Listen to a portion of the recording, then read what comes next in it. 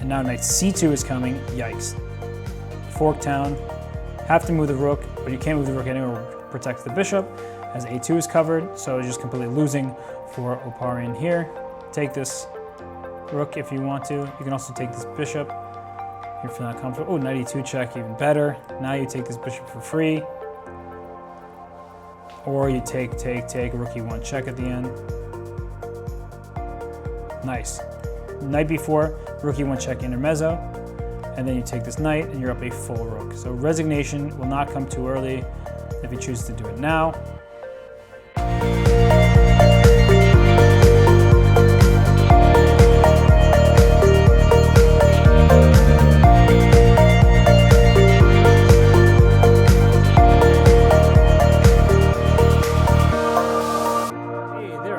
Okay, well, hey everybody, welcome to Titled Tuesday.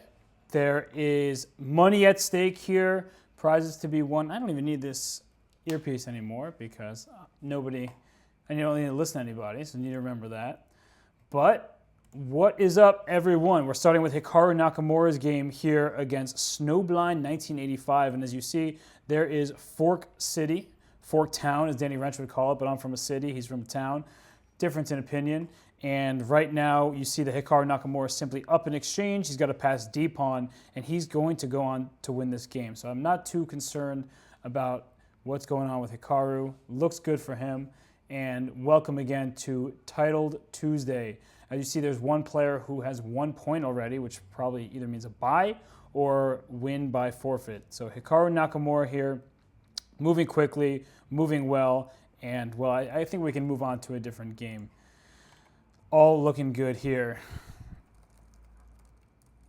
So just checking in with everybody at Chess.com to make sure it's all good. So Book Smuggler, I will be doing Pro Chess League this week, Wednesday and Thursday. Ooh, that's a free bishop. That's now an extra rook and a piece. Hikaru Nakamura wins that game. So let's move on to some of the other competitors because I'm sure we'll be back with Hikaru Nakamura later in this Title Tuesday. Let's see here. Knight to g3. Well, that f5 square is looking a bit juicy, but black can always play g6. That weakens some of the squares on the king's side, but now with knight e4, the bishop should retreat. And the question becomes, do I play bishop f8 or bishop to e7? And I would play bishop to f8, tuck it at home. You could also play bishop to b6. But if you put that bishop on b6, I'd be a bit concerned about what his future is like. And so b6 was played, saying, who cares about the future? I'll allow you to just take it. And if you do take on c5, all of a sudden, well, the two bishops advantage. Bishop f5 doesn't work. You play, so h3 is a very nice move. That's the point of b6, protecting. Whoa! Tactics city, queen g6 check, king f8, you got to run this way. Queen h6 check, king comes to e7. So is white actually in time here for this attack? It's looking at least very interesting because rook e1 check. Does black simply block with knight e5 to try to open up this king on the g2 square? It looks like a tempting option. Otherwise, you can run this king to d8 and just try to trade rooks on the e8 square. Bishop e6 should not work out very well, at least it doesn't look like it, because once I capture, not like a knight, like a bishop on e6, my queen will come to g7 check, and there will be problems with this queen on c7. But looks like ignore me. Queen takes h3 actually might even be stronger here. Pick up that pawn that's attacking your king and put more pressure on the e6 square. Woo, having fun here. Having fun. The blitz is intense. I'm going to take a moment to breathe because I know as the action keeps going, I will have less and less time to actually breathe here. And f5 played. All right. You have to take this pawn with your king, which is not a happy decision. But on knight e5, this doesn't seem to make any sense. Now I put my knight on e5, threaten queen c6 check on the long diagonal, and all of a sudden white is just totally toast. So this seemed to be a very poor decision by Grandmaster Mikhail Golubev. Queen c6 is mate, right? Well, okay. That's pretty forcing. Pretty forcing stuff here, and that's game over. So if we just go back a quick second to check it out, here, after bishop e6, I would have dropped my queen back to h3, putting more pressure on this e6 square and challenging black to even find a move, as f5 is another threat winning that piece. Perhaps white was concerned about king to d7, but you did sacrifice a piece. You need to keep up the momentum, and what happened in the game was just devastating in black's favor. So let's go on to Naroditsky's game against Adriana Nikolova. With the black pieces, Naroditsky's up a pawn in an endgame and up a minute and a half on the clock. Things seem to be looking very, very good for him because, well, that extra pawn will come handy as there are few pieces remaining on the board. That said, this white king is more active trying to go to f4, and if you play d5 to protect your e4 pawn, then this king can even come to the e5 square. White can follow up with c4, and you're going to chisel at this pawn structure that black has. And so the big issue for Naroditsky is he can't create a passed pawn yet, and here comes this king. If you go king to e5, it seems that black's plan is to go g5. So let's do g5. Can have g4 pawn, g4, h4, and this pawn is going home. I guess you have king f4 here, but black can start bringing his own king into the game. So h5 played. King e5, you can even throw in a move like king to g7 before playing for g5, but g5 will be the intention in a position like this, trying to get an outside pass pawn. Can I turn the evaluation on? Maxime, no, I can't. I never have the evaluation on. You can turn the evaluation on in these games if you go onto the Chess.com server and follow these players, but I just don't do commentary with the evaluation. I find it, well, both that the engine, if you don't give it time to run, it can be wrong, and I don't mind being incorrect. I know that some people think, well, if you're incorrect, you're not learning, but making mistakes happens. It's more about the strategy than the specific moves, at least so I feel. Okay, well, now that the white king has been pushed back, black is going to go play for g5, get this outside pass pawn, and then use the king. Okay, well, here now you just start winning all the pawns in the position. Naroditsky will win by resignation or by time in just a few seconds now. A nice win for Naroditsky from what looked like a bit of a challenging endgame to begin with. So let's move on to, oh, well, as soon as we moved on, Nishanik wins this game up a piece, checkmating the black king. So that's a done game. How about Oparin? Grigory Oparin, very strong grandmaster, plays for the Volga Stormbringers in the Pro Chess League and has won himself a Title Tuesday every now and then, I believe. So what's up, Chesswind? What's up, Wandering Winder? Probably. So, okay, bishop to f3 here, going right after that b7 pawn. It looks like r4 Yuha is going to take this pawn off the board, but rook f7 check goes right for this bishop in return. And actually, how's that black king going to stay attached to the bishop? You go rook f7, king g4, rook f4 check. The king takes on g3. You have these ideas of bishop to e5, protecting your rook and attacking this king while attacking this rook on b8. But I think that at the end of the day, this bishop protects the b7 square, so once rook takes b7 happens, all is well and protected. And if you see drawing a lot of diagonals here, well, it's kind of crazy, but that's how opposite colored bishops position go. You know, you're just working on separate diagonals. So I think r4 Yuha here will be able to manage this position, but we'll see. What's up, Tagbon? How's it going? Coffee, hello there. Bum, bum, bum, bum. So rook c5 check. What if so king e4, there's bishop c3 threatening rook e5 mate. If king to g4, there's rook g5 check, and I'll at least get the g6 pawn, but that g6 pawn is not very important. The b7 pawn is way more passed, and that's going to be at least heading towards a draw. So once the king sits on h3, the pawn on g3 will be a target, and the bishop can come to g4. So put this bishop on g4, protect everything, take on b7. Who cares about d3? That was a passed pawn, but it was going to be lost no matter what. So here, black will give up g6, play bishop g4, and like I said, g3 will be weak. And in fact, black may go and sacrifice this rook for a bishop and this pawn, because if you play bishop g4 take here, and then you'll take the h4 pawn after that, rook against bishop is a complete and dead draw. So let's see what's happening here. Nothing interesting. Let's find a more interesting game, or hopefully there's one that exists. I don't know. But this one looks like it's just petering out. Rook to e2 wins the g3 pawn, and now we're at a true opposite colored bishops, completely equal position game. Let's go to, Sana Shigeru wins as soon as I go over here. Rook to a4 being the last move, offering the rook trade. If you take on a4, this a pawn runs free and fast. So that's why resignation occurred. Let's check out Mkhitaryan won his game. So I'm seeing all these games in the list, but it appears that many of them are over. Georg Meyer, let's definitely check out Georg's game with the white pieces. Has a knight against a bishop, but this bishop does well to protect the c5 pawn. And how is white going to make progress here? It's 3 pawns versus 3 pawns. Went for this pawn push, which makes a lot of sense, as the black king at some point will be dragged over to the c file to protect against this passed pawn, in which time the white king will try to come and capture the g pawn. But bishop e3 here stops that white king from ever going. Okay, why would you play bishop b6 and allow c5 with a tempo? That makes no... What?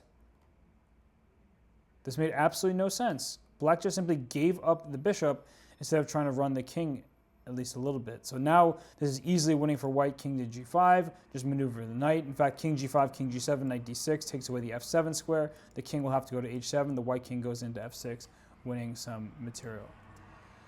So all seems well in the position for Meyer. Okay, I'll go knight g4, challenging e5, and there's a resignation. Nice avatar for Lilgut. Lilgut? Wonder how little the gut actually is there. And looks like Oparin's still playing. This is funny. Still opposite colored bishops with a pair of rooks. Let's go away from this. Denis Palkovich versus Lavkov Roman. And you're Bob 24, you're welcome. But right here, white is even in material. The king is worse for white. Black's king is a little bit more active, but it's just 2 pawns and 2 pawns. They agreed for a draw. So let's see what's left. What's left? We still have this game here between Tun Can I. That's a way too long of a username for me to get. But now the big threat is knight check. The king moved over. King and knight, knight and rook, versus rook is a draw, and quite an easy one in fact. But you don't want to let this king get too close. Once this king gets into e6 rather, and the knight comes to f6, it can be a bit of trouble. So maybe knight f4 here is not there. Knight f... Whoa, clicking on the wrong things. It's that wrist pain, I always talk about it, the wrist pain. So here knight is going to f5, go knight f5 check, and if king goes to g6, there's rook g7 check, but the king can go over to h5 and set up stalemate trick. So if you lose the rook, the king on h5, it's a stalemate. So king e6, you go rook check on e1, king f6, well, there's no checkmate threat, the king runs away. Knight not being a long-range piece is kind of frustrating. Whew. And yeah, as I see Mubot going, there are many, many streamers going on here. So please do follow their channels as they're putting in hard work, not just playing their games, but often streaming them as well. And this game is destined to go way too many moves, as white just needs to show a little bit of precision not to lose. And this is the thing, king h2. Now my king is the escape square of g1. You go knight e3, then I'll just check you on, sorry, d6. This is so confusing. I'm playing e3 because I'm looking at the board upside down here. But even GMs, we make our mistake. Okay, king, watch out for king c7, rook b6 mate. That's the intention. But now king c7, there's rook h7 check, kicking that king away. So white is doing everything correctly here to deal with some of the looming mate patterns. And this seems to be the last game of the round between the username I can't pronounce and the other username I can't pronounce. Pechin Yeltsina versus Tun Can I Chesusmon. I think that's just gibberish. Bum bum bum bum. Ba-da-bum ba-dum-bum ba-da-da-da-dim bum ba-dum bum bum bum bum bum bum ba-dum. And also shout out to the sponsors of these Title Tuesdays now. New in Chess, they have a great magazine. They publish many great books. So I'm just doing this Title Tuesday for the first time here, or at least the first time in a long time. And I was given these templates, and it's cool to see that there are new sponsors for this.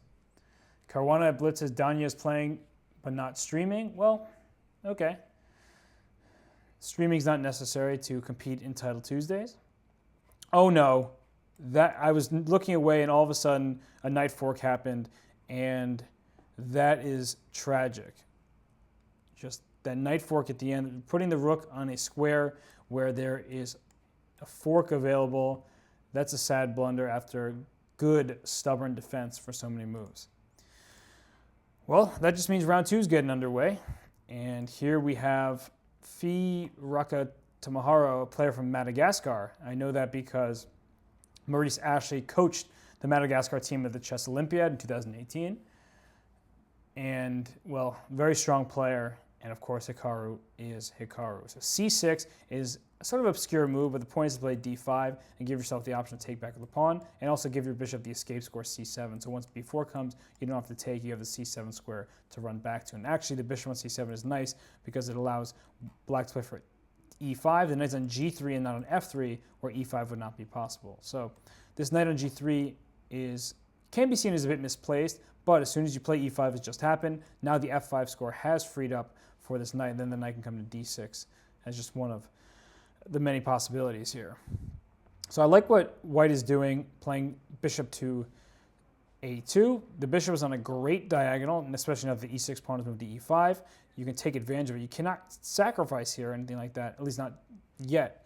But there will be some tactics that black always has to keep an eye out on that square. So if you're playing with like knight c to e4 and try to head to d6, there's going to be things that black has to be very, very careful not to overlook.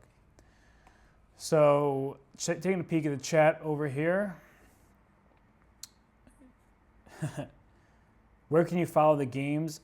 Yeah, go to the Title Tuesday Arena. So go to tournaments, click in progress, and then click Title Tuesday Blitz Swiss, and you will end up in these games. And you can choose between any one that you want. Of course, I'm going to try to get to as many as possible, but there are so many games going on at the same time, it will be quite difficult. So I'm just going to open a bunch of games and then browse between them. We have Indian Lad here with the white pieces, black being GM Tokros. That's a player in the Pro Chess League, but the identity I'm forgetting at this current moment. However, I like black's position. The knight is coming to attack this pawn on e3 and actually can just capture right away.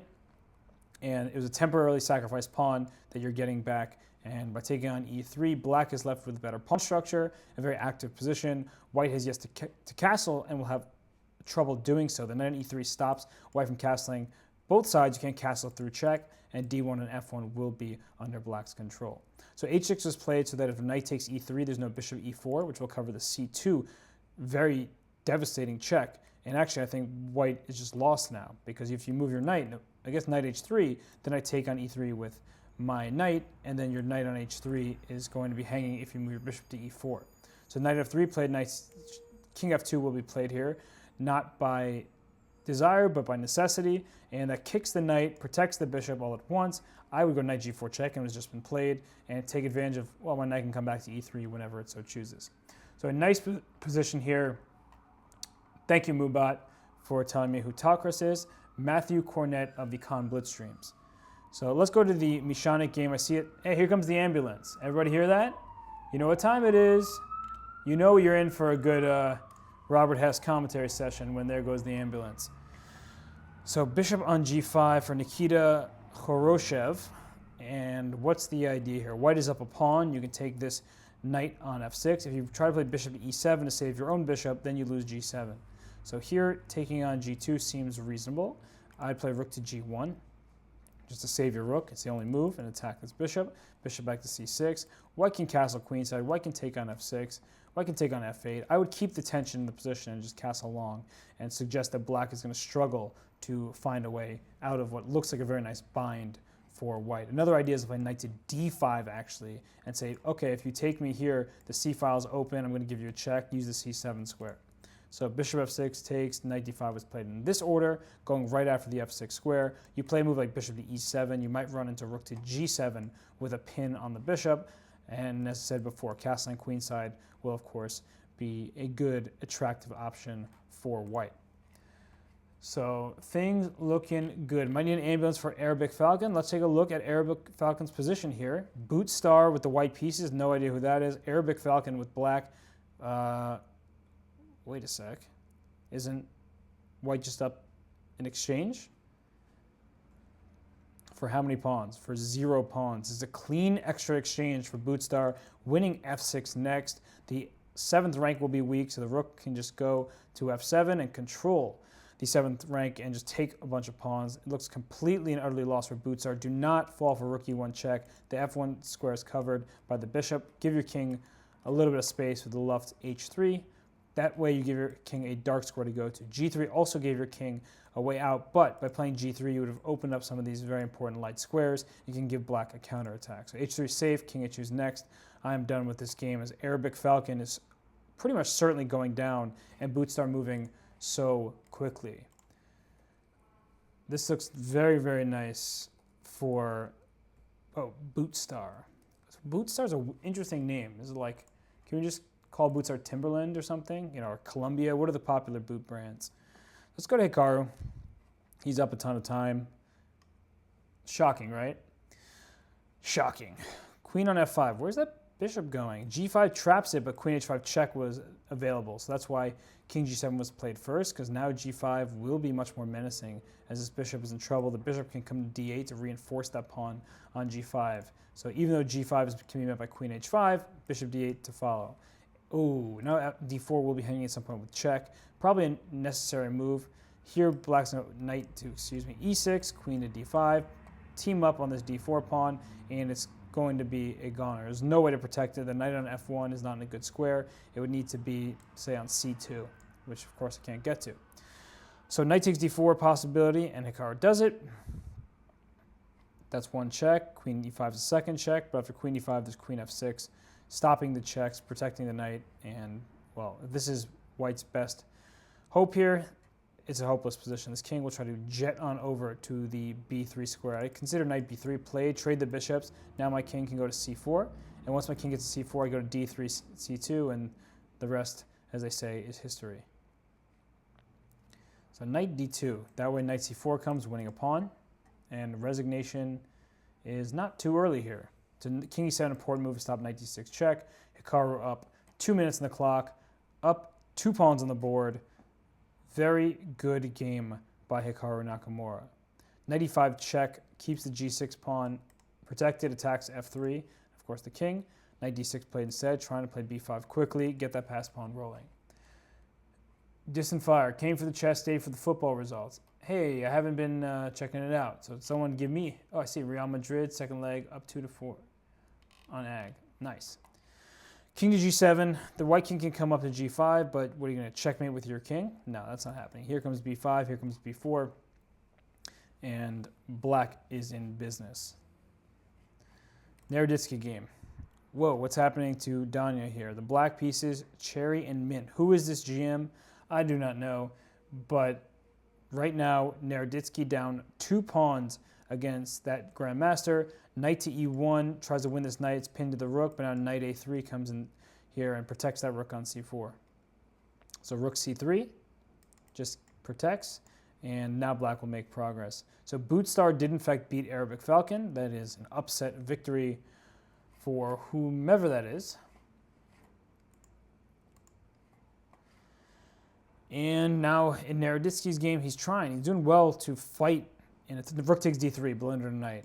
Oh, they both missed it. Rook takes d3, had knight b4 check at the end, forking the king and the rook. So here, rook c2 check, rook nowhere. Maybe knight c3? Yeah, just go knight c3. I don't care about f5. I'll go rook e2 check and rook back to d2. Actually, I'll go rook d2 and threaten mate in 1. So what to do? Rook a2, rook a1 check, rook f1 sort of idea looks good. But rook e5, check, king d2. Uh-oh.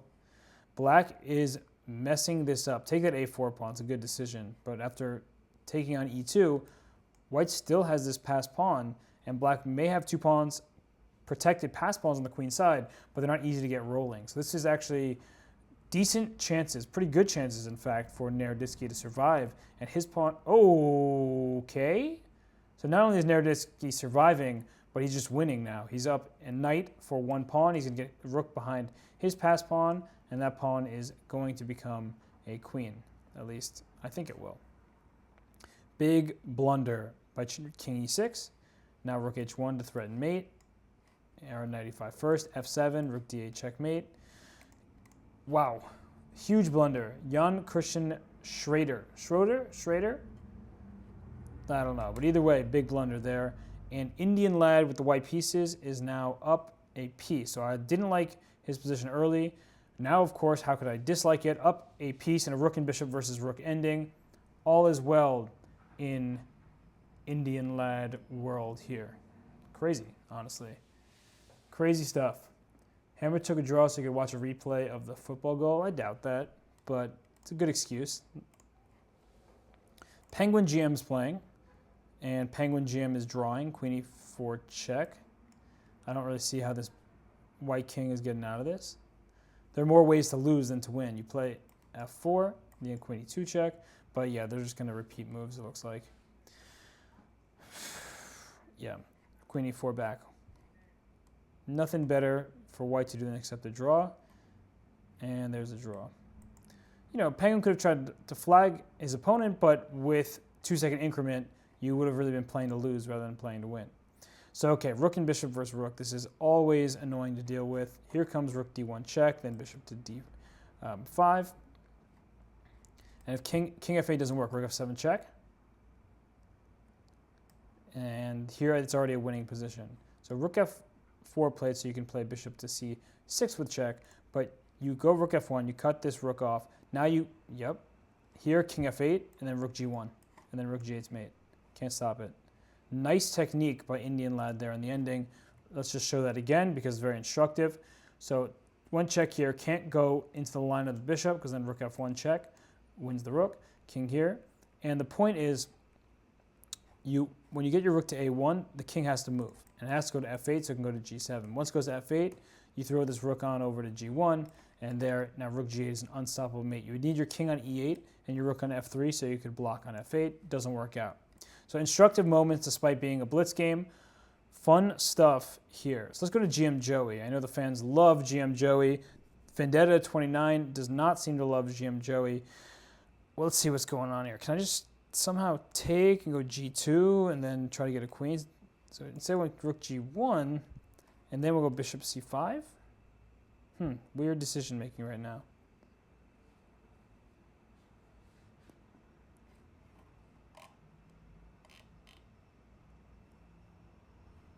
Bum, bum, bum, bum, bum, bum.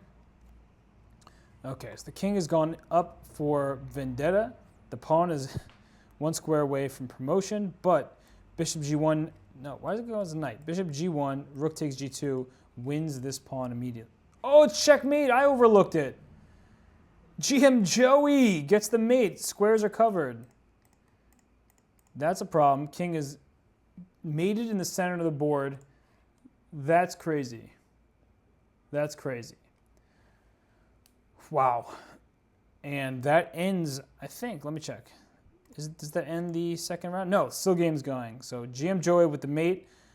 Still chess to be played. Chess Max USA against Golubovsky. Looks like a draw. Rook and 2 versus Rook and 2. Hopefully there's more exciting games elsewhere. Ooh, queen and bishop versus queen. You don't see this very often. And for the Stefan Zino, maybe it's a little footballer. So bishop a4 stops the checks, but it also keeps the bishop off a great diagonal. The bishop here, queens are traded. What I was going to say is, what you need to do is somehow be able to get out of the checks and use your bishop and queen to try to deliver mates, but even still, the enemy queen just takes over the dark squares. Any queen trade is not possible because of the draw, so that's not good enough. All right, so Golubovsky game still going. Let's check Fear No Evil. Oh, come on, don't keep playing this. Don't do that. Ooh, this one, queen. So queen, and how many checks are there? Probably not enough. King to c4, queen c7, put the check there. Yeah, then the king goes to d5. The good news is the queens protect each other, so the king can go to d5, and all right, the king will go here. I guess doesn't totally matter. But king d5. You just need to block with your queen. So king is in the center, which is good in this case. Now, no matter where the check is, you can block with the c3 queen. Instead, keeps the king running. All right, block with the h8 queen. Just do it. No. Bum bum bum bum bum bum. Bum bum bum bum bum bum. Looks like this game is all over. 2 queens are better than 1. There's probably an even quicker checkmate, but that's a free queen, but let's go for a mate. All right. Mate's coming here. Anyway. Pedro loses.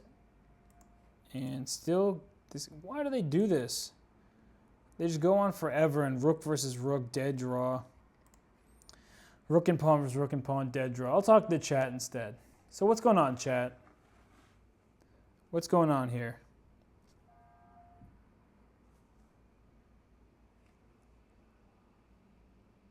Anything? Nothing? Who is Spicy Caterpillar? What? I don't know. Sounds like a good sushi roll, though.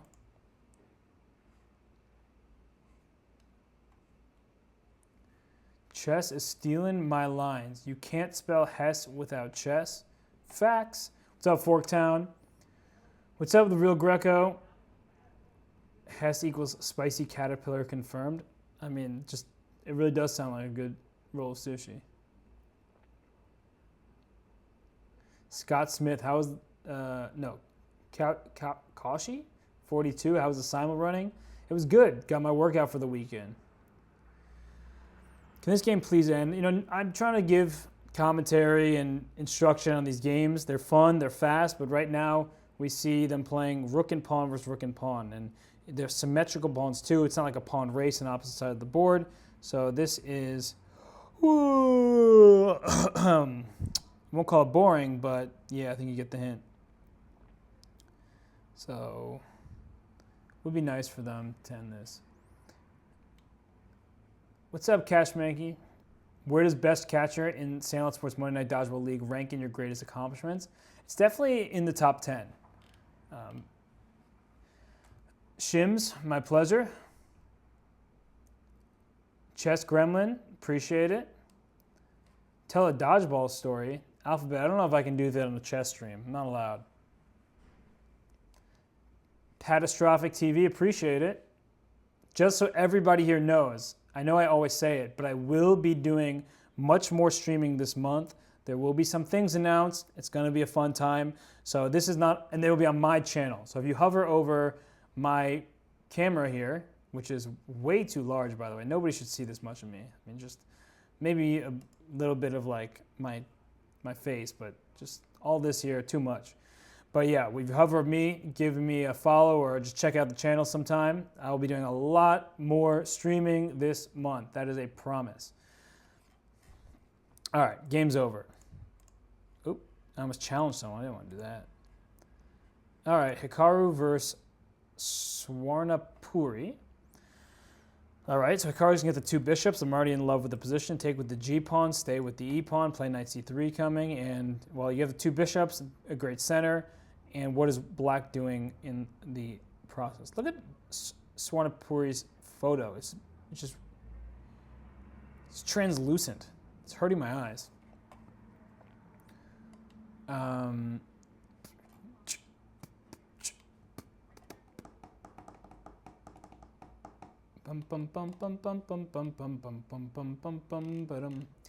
right, sorry, I'm trying to read the chat here.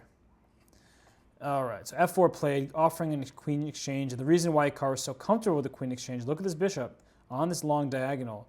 G5, it reeks a little bit of desperation, but also makes sense. You undouble white's pawns and try to get a quick counter attack. And if you take on H6 and I take with my rook, you can't castle kingside if you're white. Not that Hikaru needs to castle kingside. I mean, his king's perfectly safe in the center, but G6 play, if you take with a knight on G6, well, now I take on C6, bust open your kingside, take with the pawn. You have a weak E6 square, queen to B3, going right for the E6 pawn. So knight takes B4 here has to be consideration because you have the D3 square to follow up on.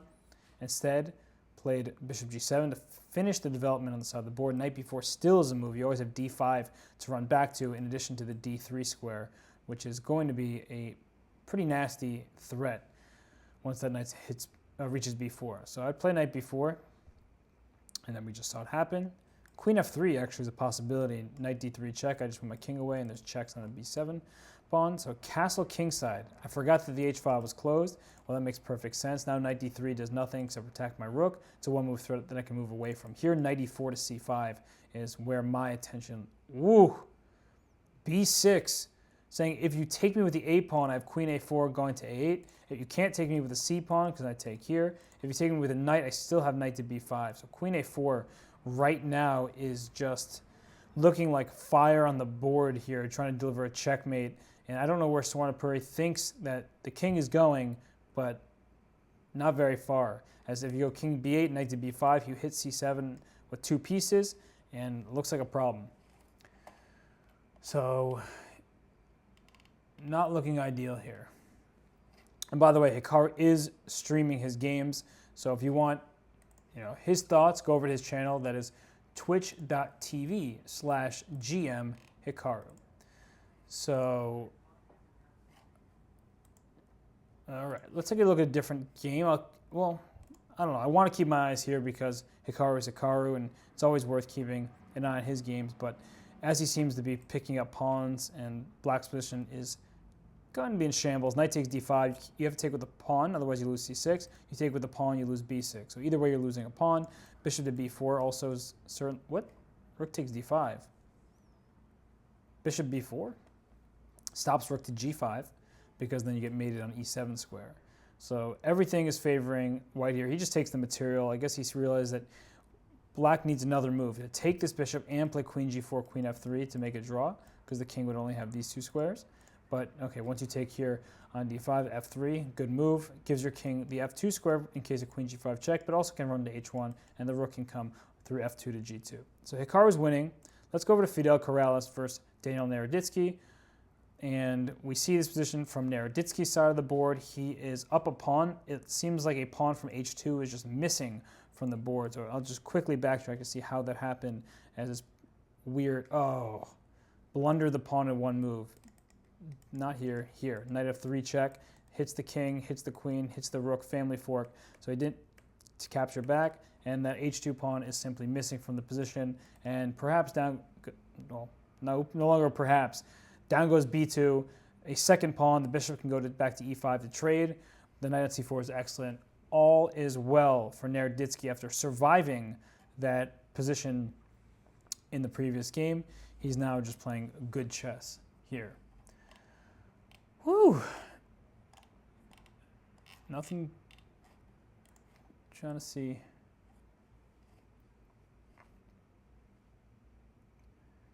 Ten rounds today. Title Tuesday. Fun times ahead. I love this kind of format. Pro Chess League really gets me excited because of how little time there is, and I'm having to calculate on the fly. Don't really get to it's like not taking any plays off. And Quinn, I think it's Quinn. I forget the pronunciation. Who is Indian lad? I think it's S.L. Narayanan. Yep, Mubat just confirmed. So thank you, Mubat, for that confirmation. And let's get off this game to another. Hikaru won his game. This game is no longer interesting to me as white has 7 seconds and Naroditsky has 2 minutes. But if the people want, we can stay just to see the end here, as it should come quite quickly. But I'll go to Indian Lad's game. Whoa! Come on, chat. You got to tell me earlier that this game is so cool. Rook to e1, going right for the e6 pawn, which hits the king and the queen. So rook to e8 is, of course, natural. And now what? Queen d3 check. King runs to g7, moves b4, then I take on f2. So you got to be careful about that, because then when I take here, there's going to be a problem on the diagonal. So queen e2 is the defensive move, hitting the knight on g4. If you take on f2, I take with my rook, and then you play c4, I can play queen e3, just trading off the queens and blocking the pin. White is up 2 pawns for the time being, so it looks just good. Kind of a weird decision to play rook to f1 and stay in the pin. But white doesn't have that much time left. So Indian Lad hoping to survive here. I guess rook takes g5 is not real possible with rook f7 check coming once it moves. So here we see Again, avoiding the queen trade. Trying to just win outright. Rook h8 was possible, pinning this pawn.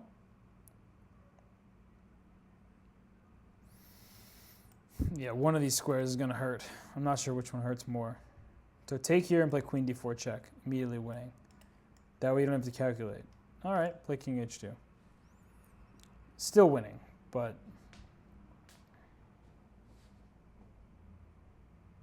queen f7 check or f6 check.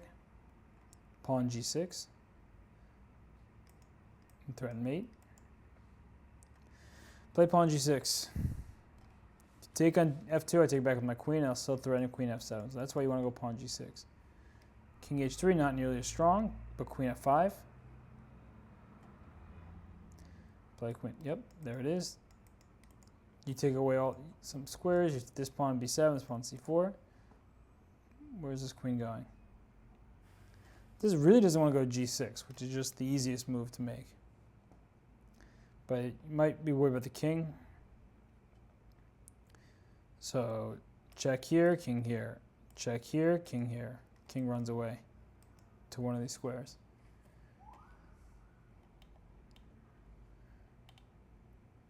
Bum bum bum bum bum bum bum bum bum.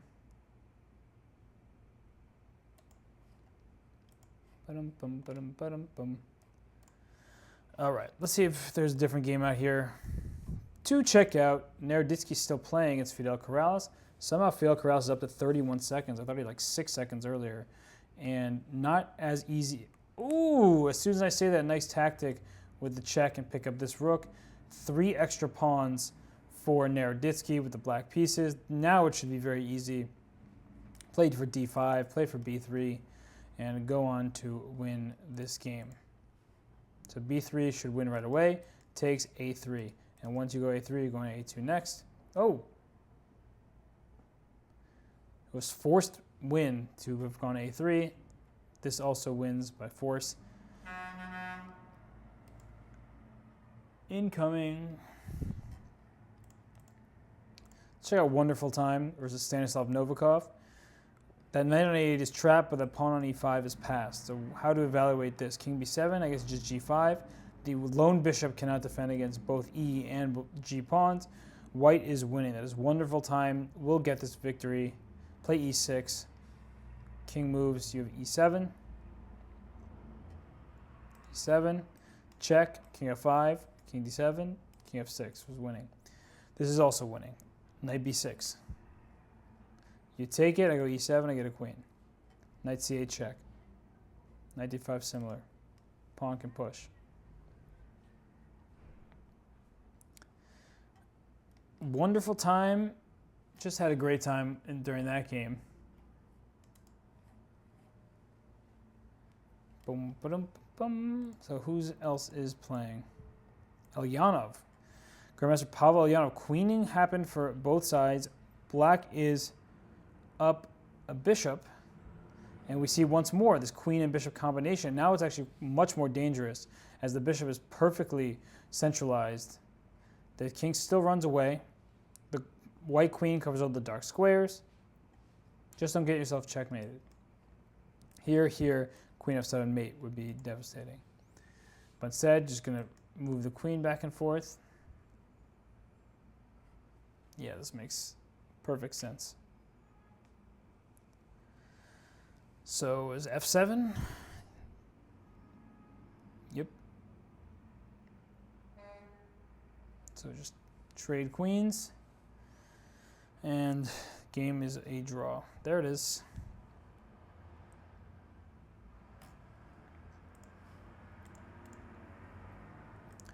GM Matamoros playing against Gubaidulin. And we're going to see a knight and bishop checkmate. That's always fun. So you want to get the king to this corner. So the white king will try to stay here, and you'll see the technique required to get it out. So here, king f3.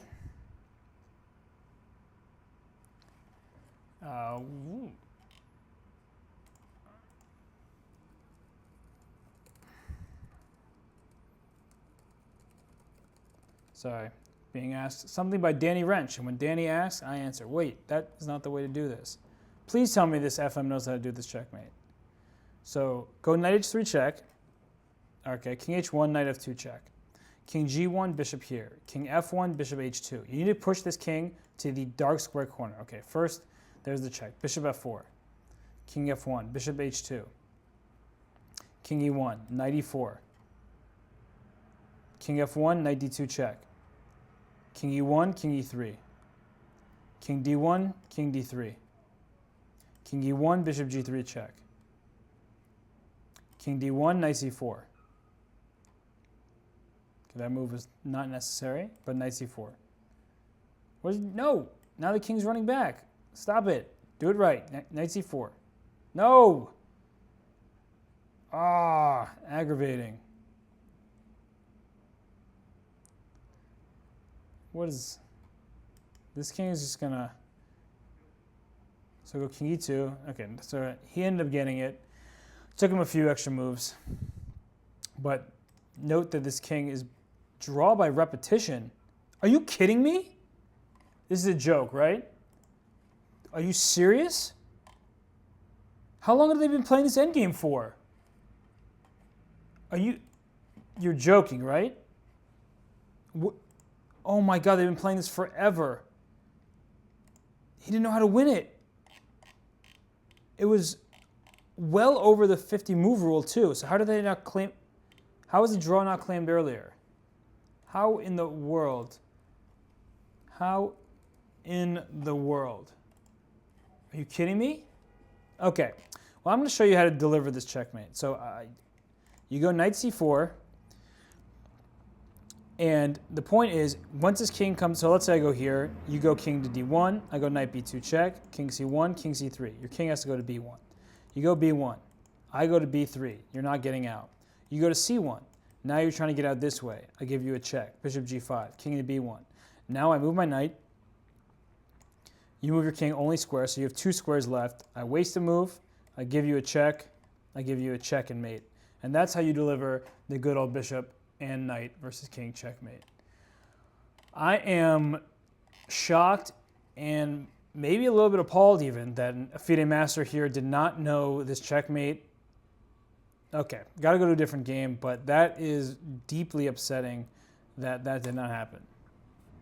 Oh my God, another draw. This has to be a joke. Another draw in bishop and knight versus king. Somebody please get me out of here. I'm done. I quit. No, I'm out. The show's over. Thank you, everyone, for tuning in. This was a chess stream with very good title players. It's over. I'm not having any more of this. Hey, Chess.com people, can I stop now? Come on. Can I be done? No way. You're all lucky that there are more games immediately underway because I'm done with this. It has to be a joke.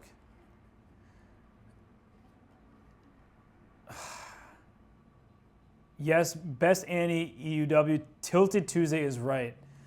Yeah, that is just 2 in a row. Like, how is that possible? What are the odds that happens? I go from one game where they don't check me with bishop and knight, and then immediately go to a new one hoping to be refreshed and rejuvenated, and instead see another game where a very strong player cannot win with bishop and knight versus king. Should I make a video? Is that what needs to happen here?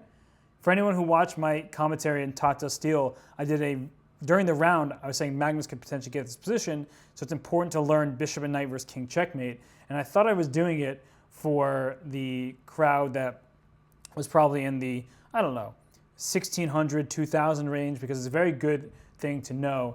And instead, well, we just saw title players not find checkmate. All right, well, on to this game. Hikaru Nakamura with the black pieces. GM Hikaru, he has these double pawns in the center. So that's why this pawn e6 is trying to get rid of the double pawns. However, white still has more space. This bishop on g2 is developed. The counterpart on c8 is not. This bishop on g7 staring into a brick wall behind the knight and the pawn e5. I still can't get over it. I'm taking a swig of this water. I'm in disbelief that just happened. This is new swag, by the way, from the MIT Sloan Sports Analytics Conference. So that was a nice gift to get, this water bottle. You can't see it, but it's got some writing on it.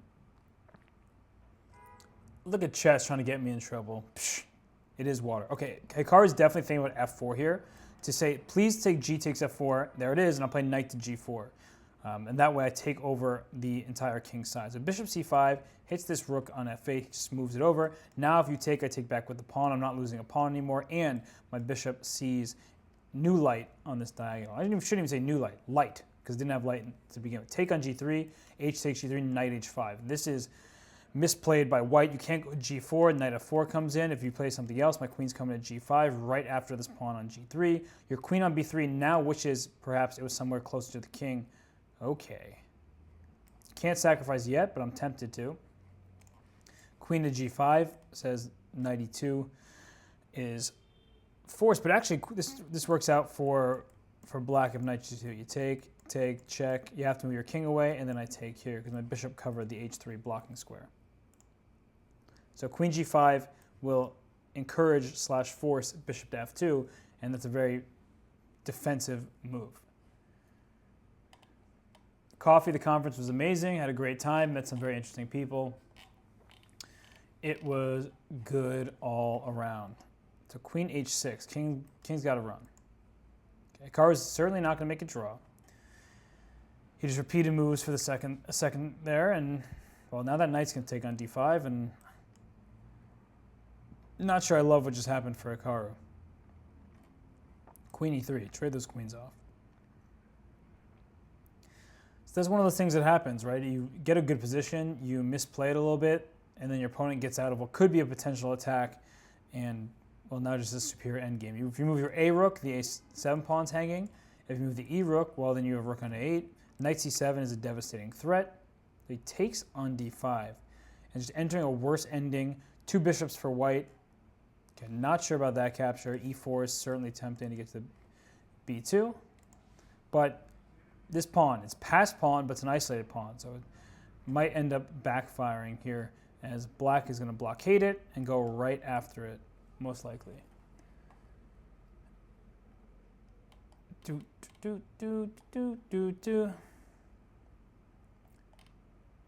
Reading the chat. Catskin. The simul was a lot of fun. I ended up losing pretty much every game for the most part. But their official record that they're putting on is that I only drew 2 games or something, or lost 2 games.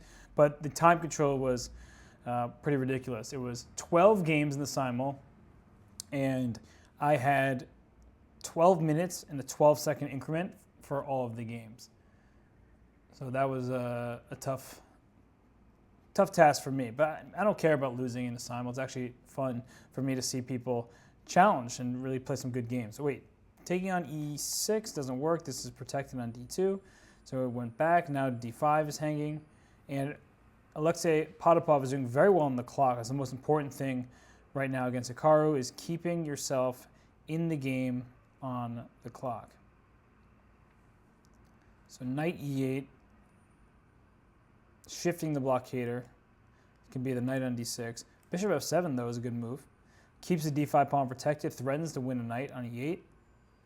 Said b4.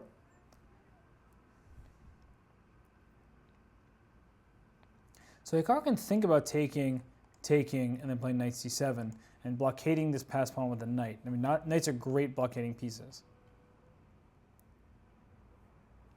Instead, he goes this way. So trying to win this bishop on e6 for the knight. If the bishop moves off the diagonal, you have knight f5. Instead of rook to c7, goes for this pawn over here. So rook takes a7, knight e6, pawn e6, rook d2, bishop d2, rook d2, e7. It would have entered an endgame where it looked level. Instead, Potapov is playing for more. He's playing for a win in this game, trying to win this a7 pawn, followed up by winning this b6 pawn. And this rook is also coming right down the 7th rank. Looking good.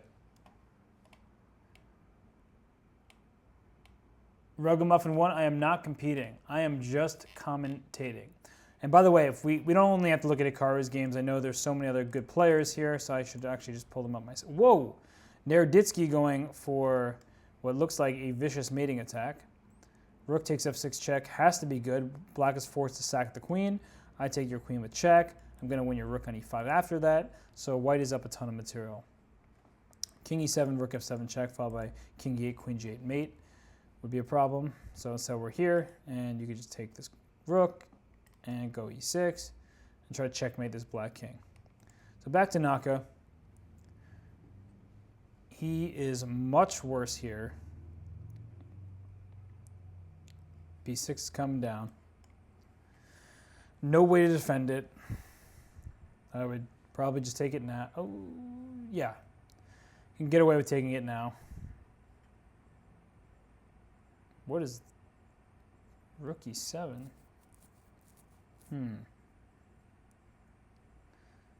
So rook d7, just trying to get after this pawn. So rook d2, no, rook d2, king e3. So it's going to give a check and then go this way. That's going to be the plan. So rook f3 check.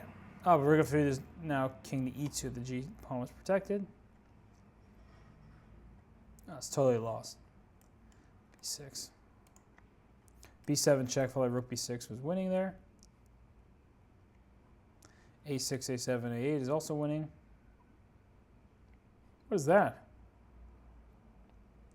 All right, I guess it's still a winning position, but not necessary. Could have just won a6, a7, a8 equals queen, and won like that.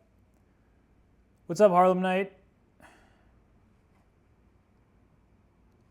Naka loses to Alexei Potapov.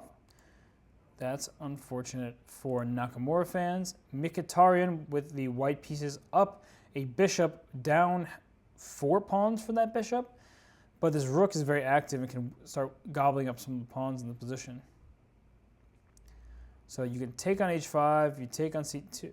Oh, c4 was hanging, didn't even realize that. Now rook c7 check by rook h8 mate is going to be a problem. So look at ignoring this pawn. King is a safe haven on g5. Rook c7 check.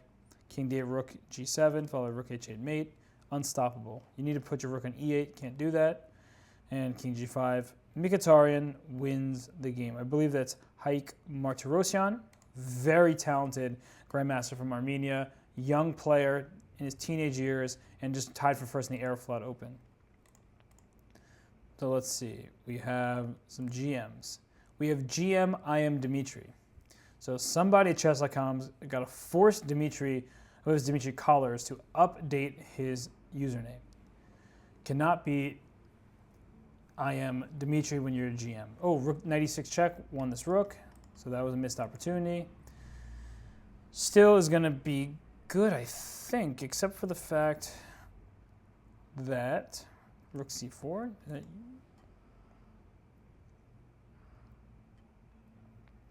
Okay, king's being pushed back, or not. Yeah, this has been a blunderfest since we've joined it by Dimitri Collars, because all of a sudden the c7 pawn can just be captured. Oh, well, that looks not promising. You just gave your opponent a queen. You need to keep your rook behind this pawn to stop it, and then you can't keep your rook behind that pawn. So that was not good, to say the least. The king on g1, you can never checkmate it. So play h6. Play king h2, check, king here, here. Throw on rook g3 check. Or king. That makes sense too. King h5. The king is run to safety. 2 passed pawns. Tom Bickle, I see you subbing over there. Shout out to you.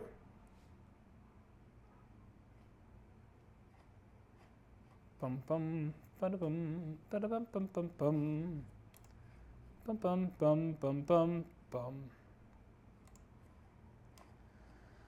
Woo. All right, this game is over. Not even halfway done. Feels like this event should be over. Blitz stream. That's Kevin Bordy with the black pieces. Okay, well, you can't really win this. The rook will take the pawn next, and then it's a draw by force. So Tijik, Tiger, and Bordy are going to draw. I just saw Krikor was playing, but I think his game just ended. Let's go to Steven Dedalus. Okay, completely winning for white. King h7, g8 equals queen. And Anuel. Is that Jules Moussard? This looks like a complete and utter draw. You just do this forever. No winning chances here.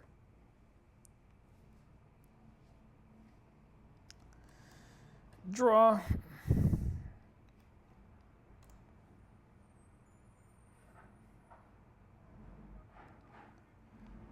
All right, so Kevin Bordy lost his pawn, and now we'll need to defend rook against knight, which is actually quite easy, but we've seen strange things happen today. Excuse me, where title players could not win with knight and bishop versus king, and we've seen other blunders as well.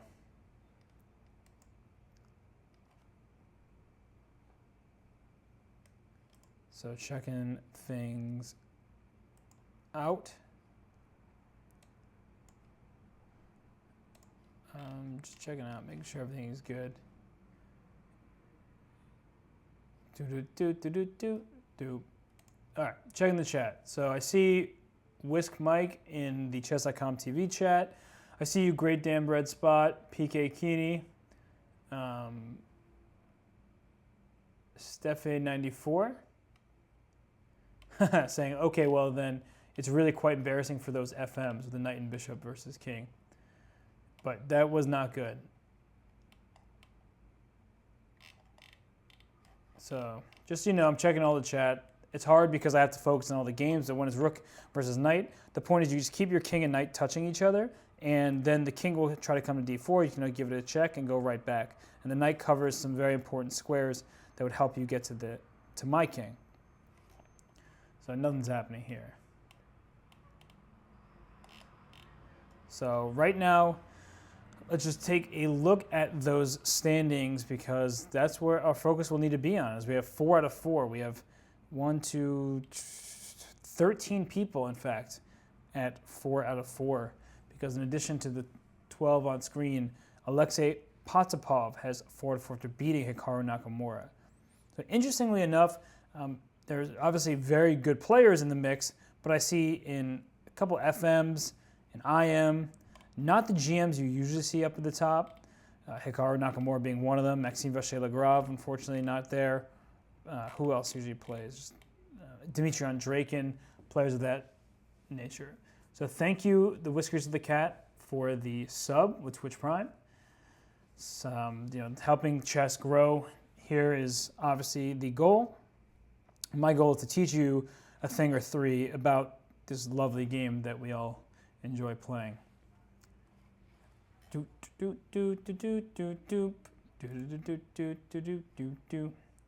JHS161.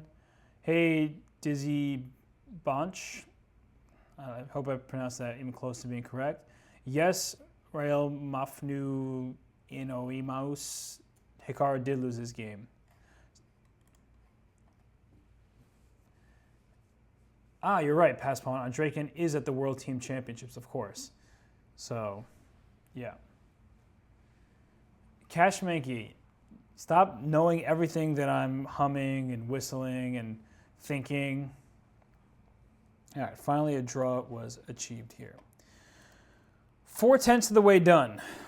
We have spent an hour here, but 4 rounds are in the books. It's a 3-minute plus 2-second increment. Hey, what's up, New York City?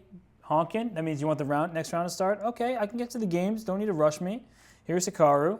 Let's talk about that game, but let's also talk about those at the top of the standing. We see Vugar Rasulov, so when his game is up, I want to check that out. He is leading the pack, and so he should certainly be a player that we will follow. Oh, Gata Komsky's in here. I didn't even see that. Gata with 3 out of 4, playing GM, Cherry, and Mint. So there actually might be harder pairings in the 3 out of 4 territory than at the 4 out of 4. It's a bit strange to see happen, but it occurs when the top players lose and are upset. So we see Indian Lad with 3 out of 4 as well. Where are the guys who have 4 out of 4? Why can't their game just pop up at the top? That's what should happen here. And instead I'm getting all these games. Here we go. Alyanov with 3.5 against Chess King, 2151. Alyanov playing a flexible Caro-Kann. He will play for g5, put his bishop on g7, eventually perhaps try for f6. And it's a very flexible structure. White, on the other hand, has much more space. But the pawn e5, while restricts black's pieces on d6 and f6, well, it can be in danger of being overextended when f6 comes. It's really putting pressure on the white center. So let's see, where's Vugar Rasulov? Where's your game? Who are you playing? Why can't I find you? And Georg Meyer is playing somewhere. Too many games going on at once. Makes it real difficult for me.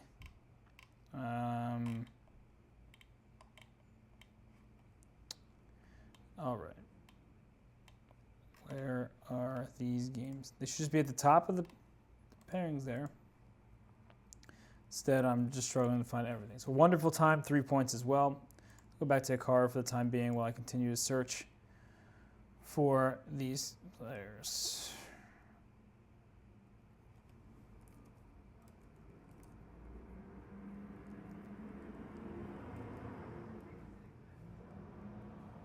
They're just not appearing.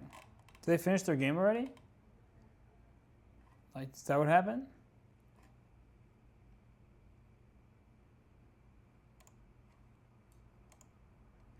Here we go. I had to find it not in the tournament. I'm going to send a message about that.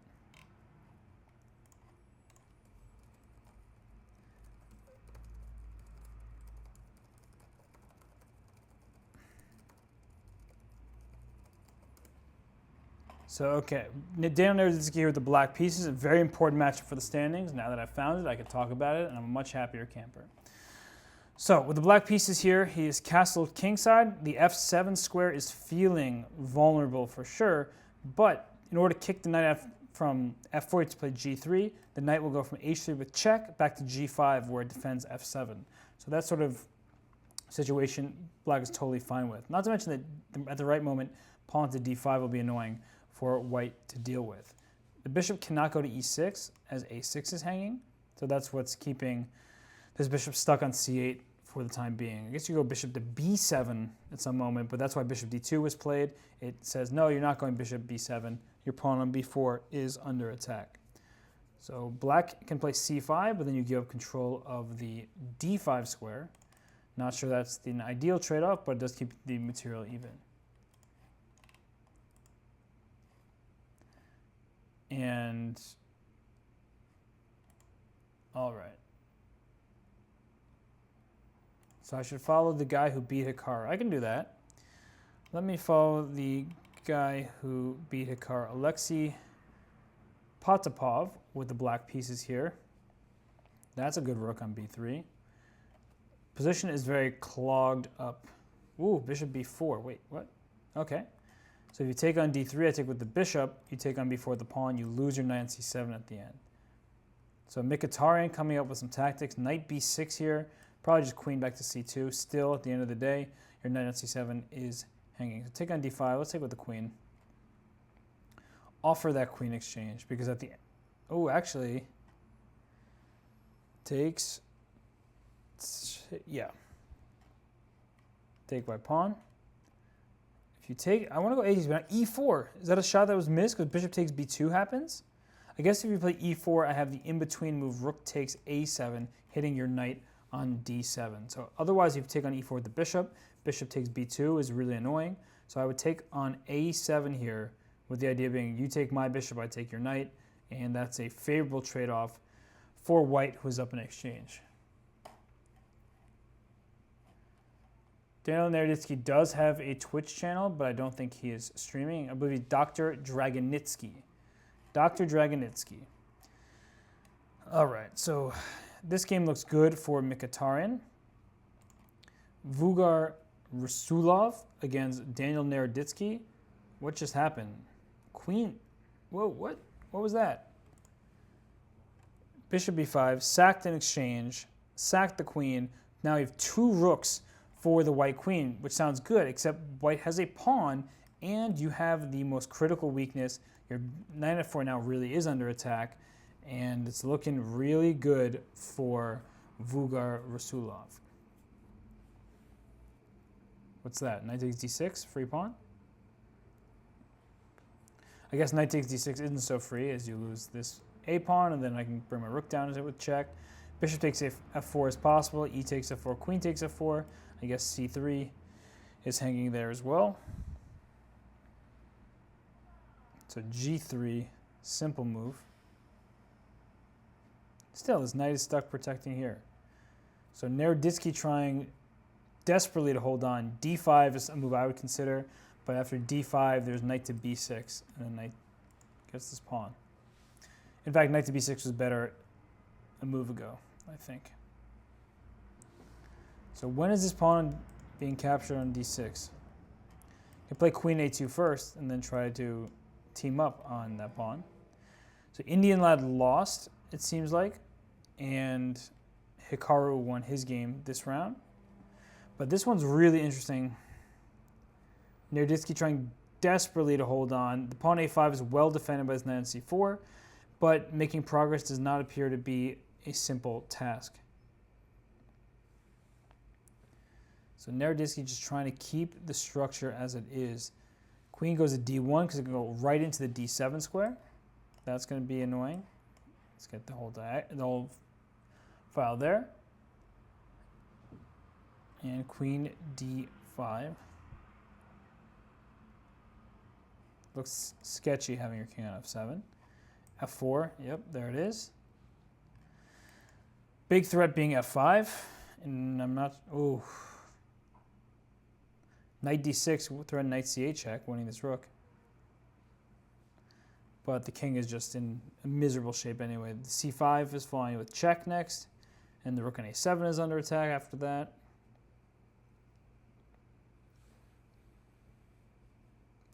He's going to lose on time. Knight D8, take on C5, play queen E4 check, or even knight D6 check, or anything. Now knight D6 check, picks up the rook. Vugar Rasulov beats Daniel Naroditsky here. Not good if you're a Naroditsky fan. Got crushed. Okay, so who's up next?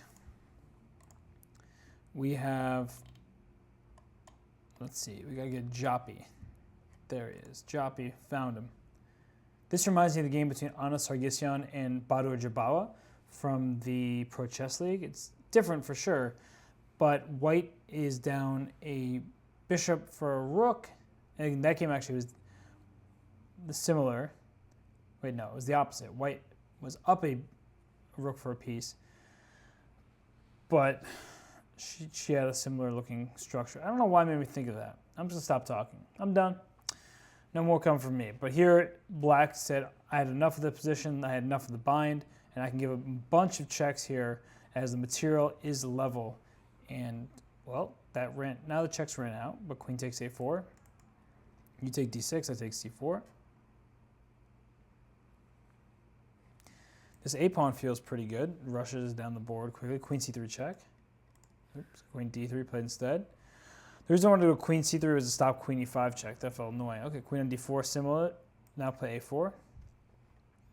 And black is playing for a win here, as black is up a pawn and D5 is both an asset and a liability. An asset because I can start pushing on the board. A liability because the queen is tied down to it, and if the queen comes after this A pawn, then you lose your D5 pawn with check. So king H2, that's a strange move. If you go queen to D8, queen D2 comes with a check. So it stops the queen from coming here, and then you push the pawn. Easy. And now there's a big problem. If you play queen E7, I take on D5, and I go queen H1 with mate. What? No, come on. You just give the pawn with check? That's a good way to go from winning to losing. Instead, queen D6, queen A2, queen E6 check wins on the spot. You have to trade queens because it's a check. So now we see A1, take, and, well, white's going to win this game now. Okay, white won't win because there's a lot of checks, but that was a huge, huge, huge blunder. So king F2, play queen D2, king F3, play queen D3, king F4. Just try to keep that king running. King E4. But here, and queen C4. So queen E2 check, if you go here, you get mated. Oh my god, queen C4 mate. that hurts. That hurts so much. That is so unfortunate. I predicted it. I'm the worst. I'm sorry, Joppy. That's Jordan Van Forest. Sorry, man. My bad. I thought we were cool. Didn't mean for that to happen. Yikes. Forgive me, please. Oh.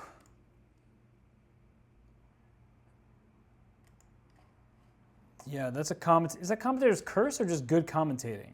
Like, I don't know how that works in chess.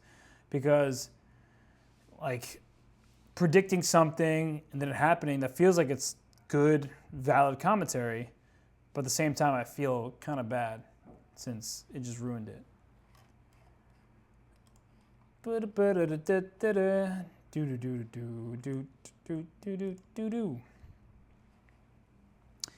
Alexei Potapov drew his game against Mkhitaryan. So who's left in this round? So Elyanov, we're watching right now with the black pieces, and he's just trying to find a breakthrough. Not easy, because there are no checks to kick this king out and then get your king to b3. That's what you need, is get that king to b3. Maybe a knight sacrifice on f4 is what you need. Sack. Sack on f4. Bishop takes f4. I really think that might be the way to go. You sack on f4, kick this knight away. No, that doesn't work. You take the bishop first. It makes no difference. Because you can't allow this knight to get to f4 and then start taking all the pawns.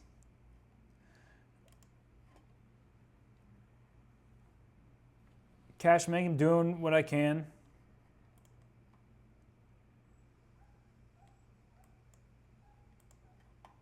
Commentators curse people saying, I don't know. This ain't like a game where you can't actually predict things. So in chess, you have to predict things, right? You have full information in front of you. So, okay, is e5 coming? Nope, just a draw. I thought that maybe black would try e5 and get desperate, but instead, Elyanov, being the principal player that he is, just keeps on shuffling. Every move he's shuffling. We have Georg Meyer playing against Alpasia 2009, an FM from Turkey. So Georg is going to get our attention. So is Vuka Rasulov and Genghis K. Bashayaro, you two have 5 points, as 7 Madman. So let's start with Georg Meyer. Very Meyer-type position here. Getting the bishop on g2 to put pressure on the center. Both knights have followed the other's lead. That is a steed indeed. Cashman, don't worry about the crowd. You did a great job. You just need to be proud of yourself. That's all that matters. Boom, boom, boom, boom, boom, boom. Is GM John in this tourney? Who's GM John? Do I even know any grandmasters named John? John. Oh, John Nunn. Okay.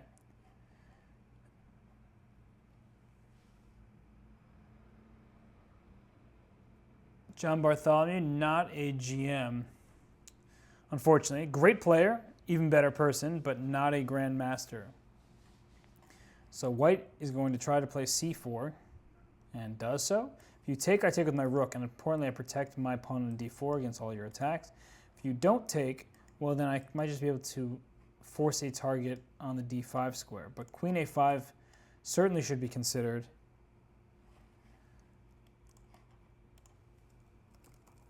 Sorry, getting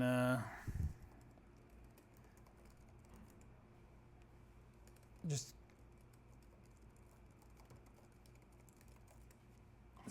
getting messages, have to respond, important things going on, and now they distracted me. So, queen d7, queen a4, bishop takes d4, rook d1, then e5 comes in, the bishop's safe for the time being. Not sure how wise it is. Let's go to the other game. Okay, Genghis Khan versus Vuka Rasulov. This pawn c5 is attacking d6. d6 can't take on c5 next, because e5 is hanging, but black is up a pawn for this situation. So is there a way? No. You can just take this bishop if you want.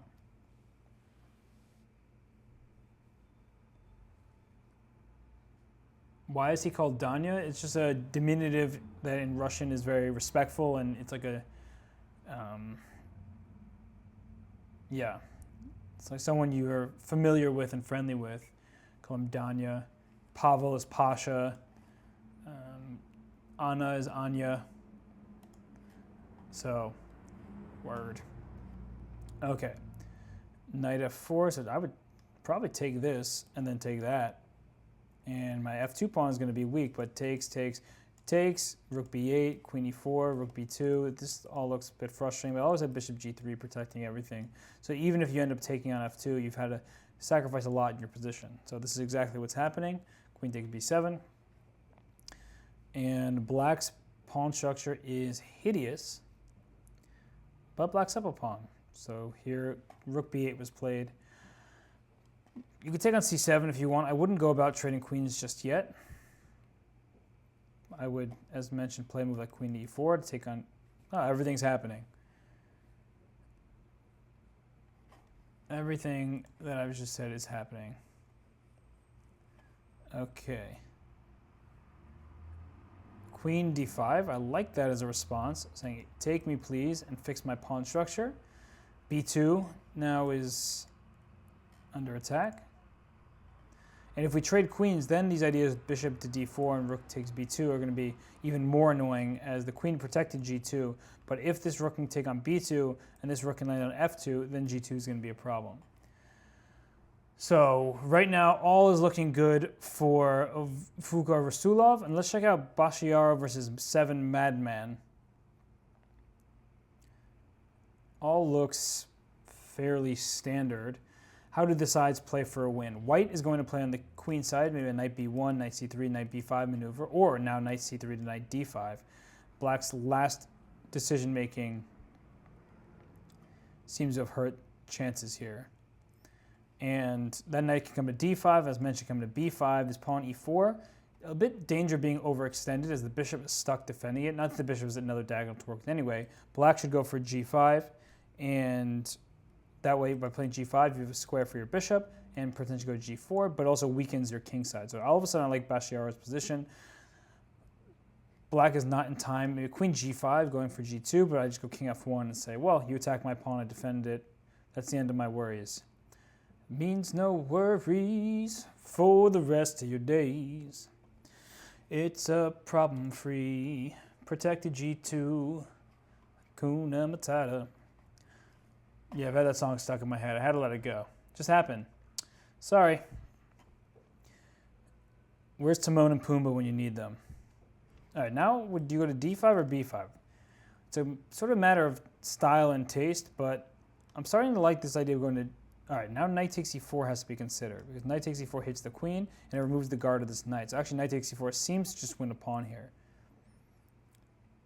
Knight e4, bishop takes d3. So spotted by Bashiaro. That looks good.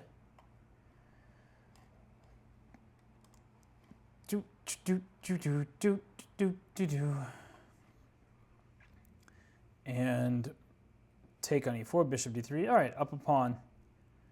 For white, very good position. That's a good decision by black. Keep this bishop on the board, come after the g2 pawn. If white ever plays f3 to close that diagonal, then e3 is weak. So white retreated and now is trying to play bishop to f1. I play rook to e5 and swing the rook over to g5. And they're moving too quickly, so my arrows are deleting, but you get the point. So bishop to e4 played, attacks the queen, just move up, done.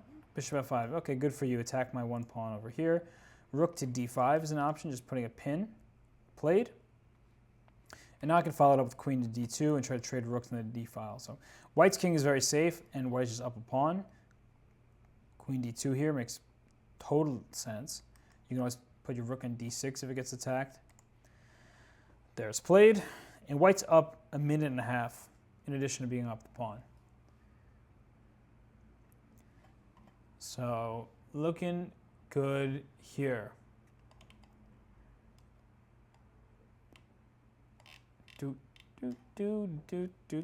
Sorry, just checking the Chess TV chat. See Steffi94 still in here. Sorry for getting the song stuck in your head. JChess161. Glad you're singing along with. And okay, up a minute and 10 seconds on the clock. Bashiaro is taking his time, looks like. And all right, queen g5 back. Bishop comes back to f1. So not making progress in the last couple moves, but probably just trying to make use of the clock situation. Rook d6, queen d5, rook d7, go after the a7 pawn. There it is. Also now you can consider playing f3 and e4, just getting this bishop out of your face. Queen d6, forcing the queens off the board because the rook's under attack. You take here, you lose your queen, so you have to take on d6, take back. Rook takes d6. This is a good transition. Watch out for bishop b1 though. That's what I would try to get if I'm black here. But so pawn f3, bishop b1 attacks a2 and e3 at the same time. So you have to be very, very careful before doing that. Now the bishop trade is offered. This is a good transition for white. h4 overextended, so king f1, king e2. Try to get to the h4 pawn. Here it comes. And that's the annoying thing for black. If you can put your pawn backwards, you'd have more drawing chances. Here, you've very much overextended your pawn structure. King g4, probably f4 was the idea. Now, just trading pawns. Probably rook d5 first was also an option. A missed rook d6 check there. That was a missed opportunity. He's playing too quickly. Right here, rook d6 check, force the king either to e5, then rook d5 check wins the f5 pawn, or forces the king back. So that was a missed chance. Still looking good. King g4, rook check, king h5, then rook to e2. So he's going for this line. So king h5. We're going back. Maybe rook d7, then rook b1. Things are not easy here. Not easy at all. b4 is tempting, but after takes, is rook a4. There's also rook c1. There's just rook c1 was played. But now it's bc5, rook d6 check, and then rook d5. So rook d6, your king goes to e5, I give the check and win. Your king goes to e7, I give this move, and now I'm attacking both your pawns here. No, that's the wrong pawn to go after. This one would have gone after two at the same time. And now the black king's going to run right up to f5. So that's why g3 was played, a waiting move, saying, I don't want to take here just yet to let your king come up. If you give me a check, now my king comes up. So a4, good move. Now you can just take, but it seems like he doesn't want to. He could put a5, rook c6 as another option. Wait, take this, draw immediately. Instead playing on, and well, that could definitely backfire. a5. So king g4, c3 check, king h5. Starting to be very problematic. You did not want to allow this white king into the action. It's exactly what black did. Black does not have a lot of time left, under 10 seconds. Yeah.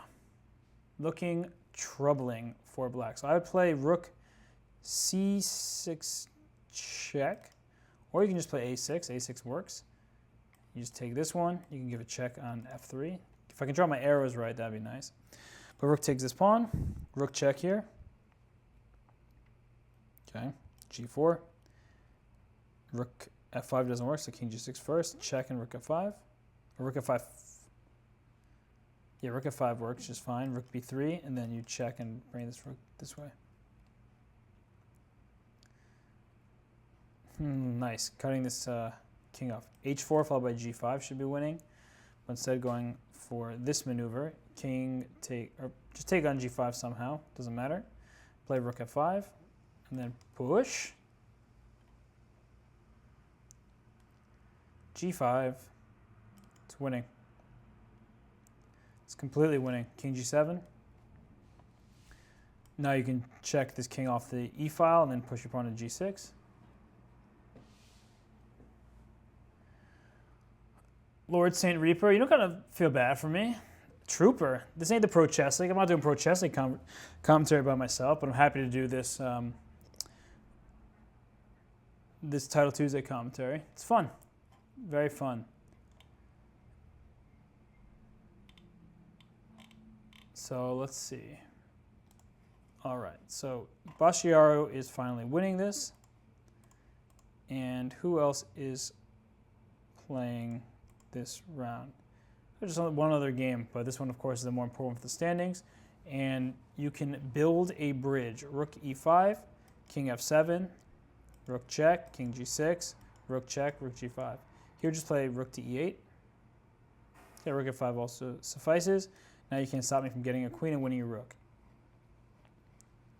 So this does the trick. Bashiaro moves to 6-0. And now you're just up a queen, and resignation happens. So fun times.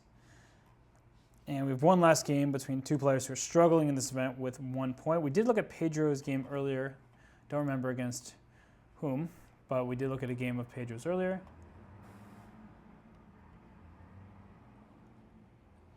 Okay,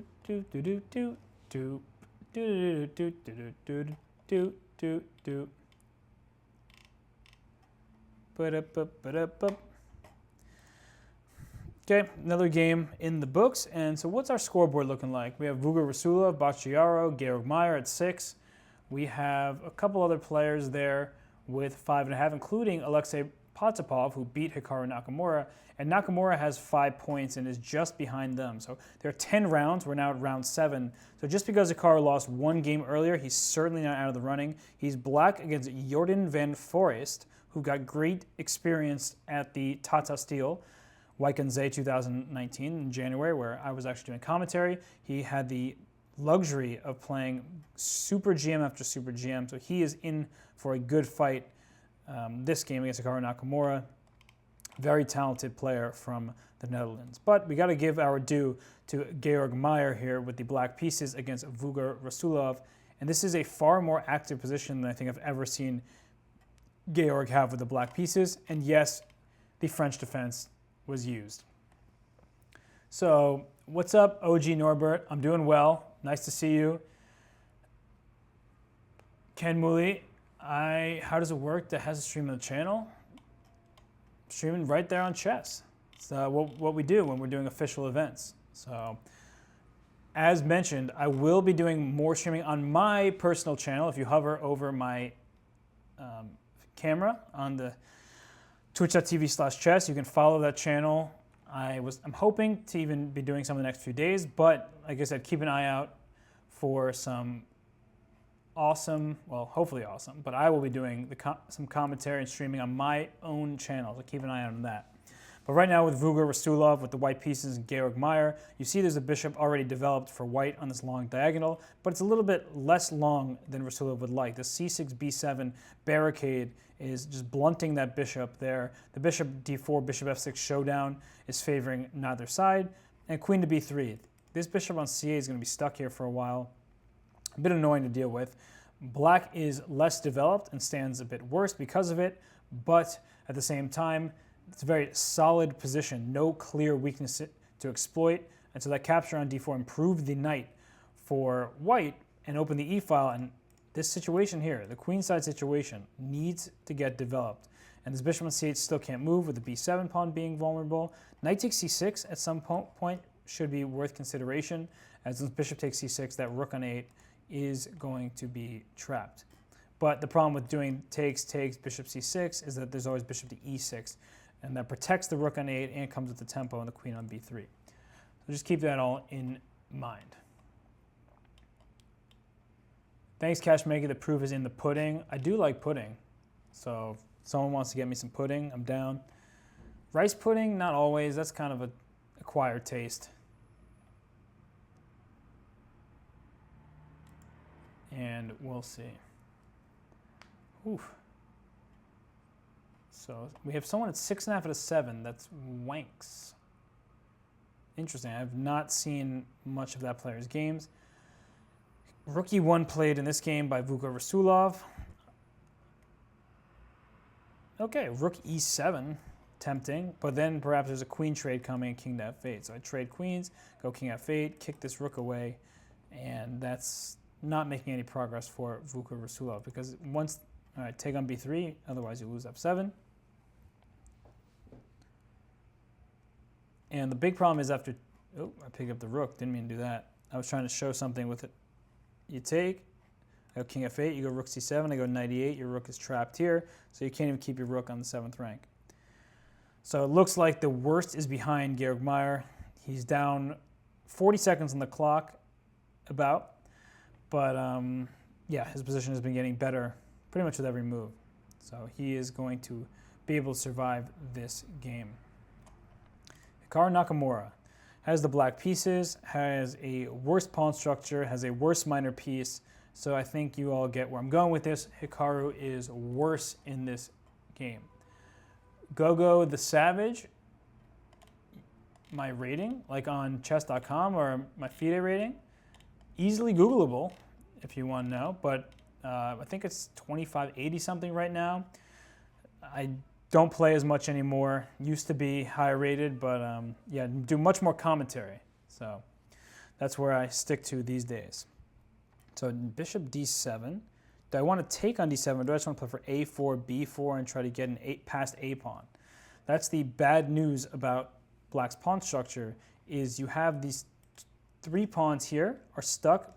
Let's just get everything out here. These 2 pawns for white control these 3 pawns for black. So it's essentially like a 2-on-1 majority on this side of the board. So I can play for a4, b4, and try to get it past a pawn. Rook e3 is a nice move, blocking the queen on this diagonal because the queen wanted to go to d2 or c1. Bishop f5, I like that as a response as well. But rook e5, I guess there's queen c1 check. Okay, so that would defeat the whole point of putting the rook on e3 to begin with. h4 played, sort of a risky move, because it kicked the queen back, but at the same time it created a potential weakness. Ugh, ugly move, rook c8 to protect here. Now rook to g3, coming for a swift attack. In fact, after rook g3, where's this queen moving to? You move here. Oh, I thought I could go g4. Never mind.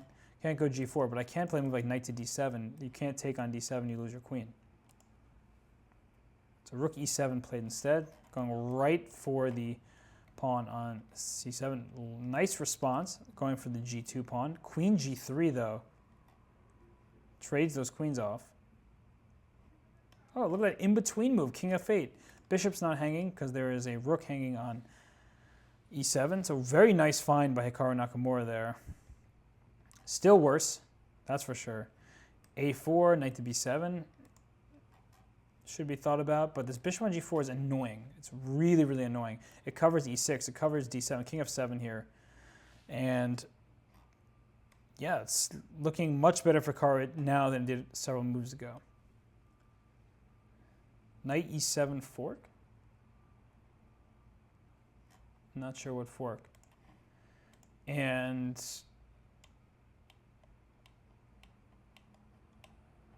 yeah.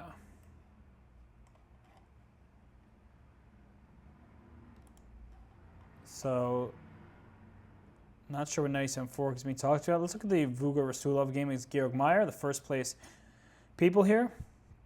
Meyer with the black pieces is an active king, but a worse pawn structure and a worse minor piece. The bishop on g2 is beautiful.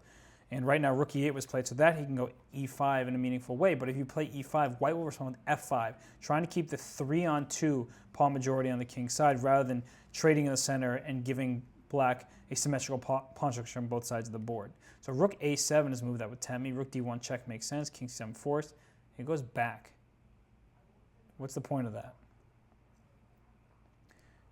Don't know the point of that. So king e3 played. Still e5 not possible because of f5. I would play g4 for white. Just keep that pawn rolling.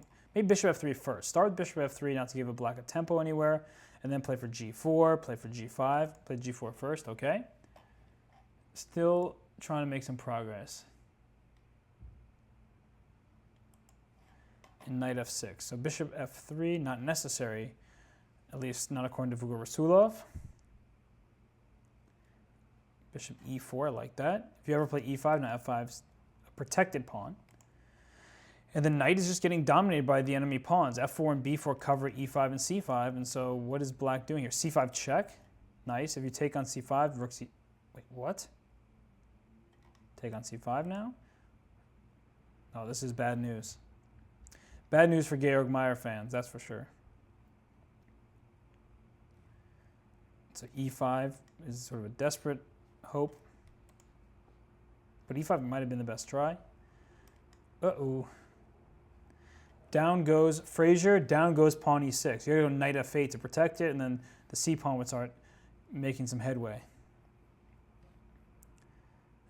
Now this is just winning for Vuga-Rasulov. It requires some technique, some accuracy, but it has to be winning here. The king is not safe. I can go bishop h5. Actually, that threatened mate in 1. So bishop h5 was a better move. Bishop h5 now is met with knight to e7, stopping that mate.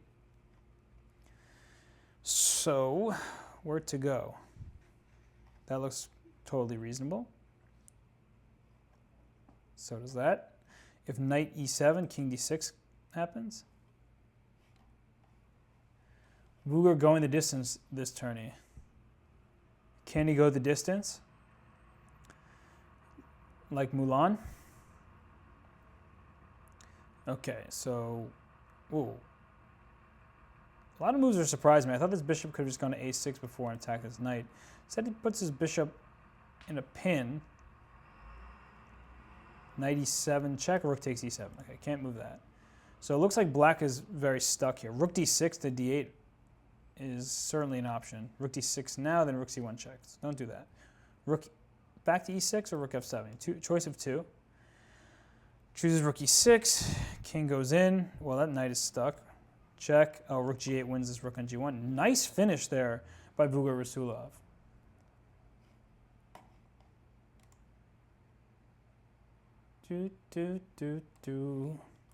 Nice stuff, for sure. So are there other games still going? Let's check it out. So Hikaru drew against Jordan Van Forest. Vuger Rasulov moves to 7-0. So Dmitry Colors loses to Genghis K. So I say Genghis because I was just putting it all together. Bryakin versus First Second. A little bit of a confusing name here, but black is up as a bishop and 2 pawns for rook, but very importantly, this pawn is near promotion. So Bryakin thinking, desperately try to find rook d3, threatens mate. Game over, for sure. And Bryakin sacks, but after takes, rook check, then rook e8. We have another position where, okay, actually this is much better. The rook was here to block. So rook g3, rook h6 check, rook h3, and then queen. Thanks for the sub, Tone Deaf. Naka's still playing. No, Naka's game is over. So First Second wins. Now I'll make a man out of you stuck in my head from Mulan. Great. Bum, bum, bum, bum. Rasulov was playing great last night too, says Zibanch. I did not know that Rasulov was playing last night, but that's interesting to know. Oh, this endgame is pretty interesting here. ZQ1 with the black pieces is up 2 pawns and lost on time. So who cares what the endgame would look like because it's flag city here. If rook takes h3 is a problem, and the king was struggling to make progress because even in this position, like where's your king going? You can start trying to run around here, but then I'll start giving you a million checks and then put my rook right back on the h8 square, and from behind it's really annoying against your pawn on h3. So lost on time, bad connection. They're talking in the chat. Of course there's bad connection. You don't tend to lose on time with the red bar next to your name unless you have a bad connection.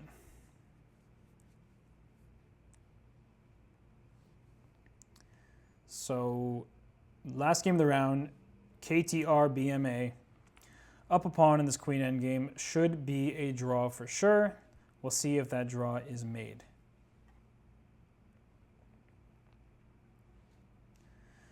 So queen check, queen f4, queen check here. Okay, this check works too.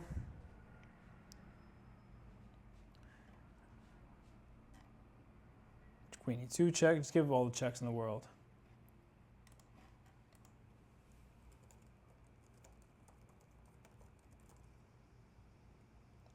So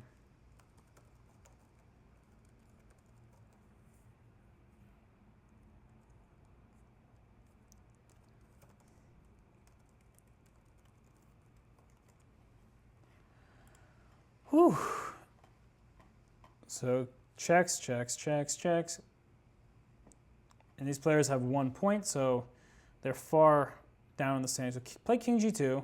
But no, put your king on h2. Missed that opportunity. So check, king g2.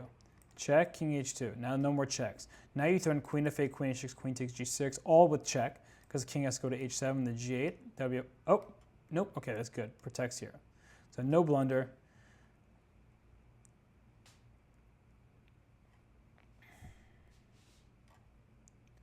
King h8.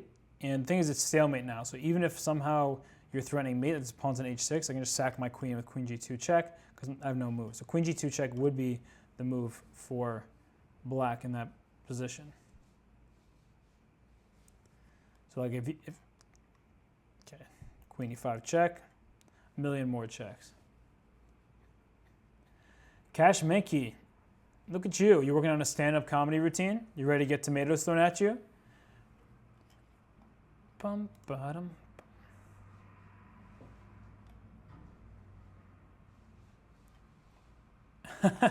J-Chess, I'm not watching so much Disney. It's just hard to forget those songs. They know it. Right? That's why they make the songs, so they stay in your head.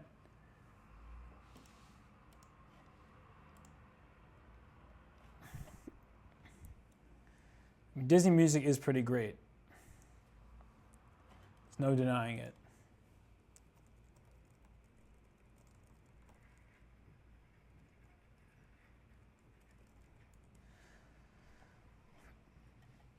Can we get some Phil Collins going? I got some Phil Collins stuck in my head now. All this Disney stuff. It's got to go.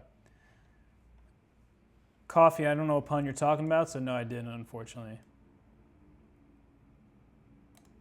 So where is tonight's PCL? There is no PCL tonight. PCL is tomorrow and on Thursday. And if you need, hopefully they allow this in the chat. I don't even know the rules, probably. Yeah, I got mod privileges up in here. Gnome what I'm saying? That's awesome, Coffee. So this game needs to end. It's been 150 moves. I paid no attention to it for the last 40 moves or so, or 30, I don't know. It's hard to pay attention. But this queen is perfectly placed, protecting the pawn. These players are low in the standings, so you almost wish that the game could just be forcibly concluded.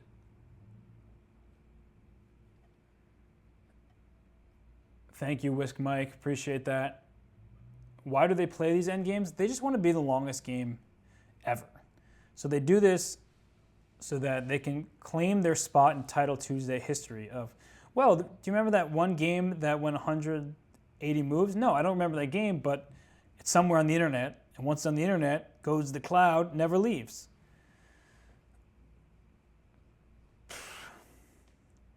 Halvard, don't say things like that. Oh.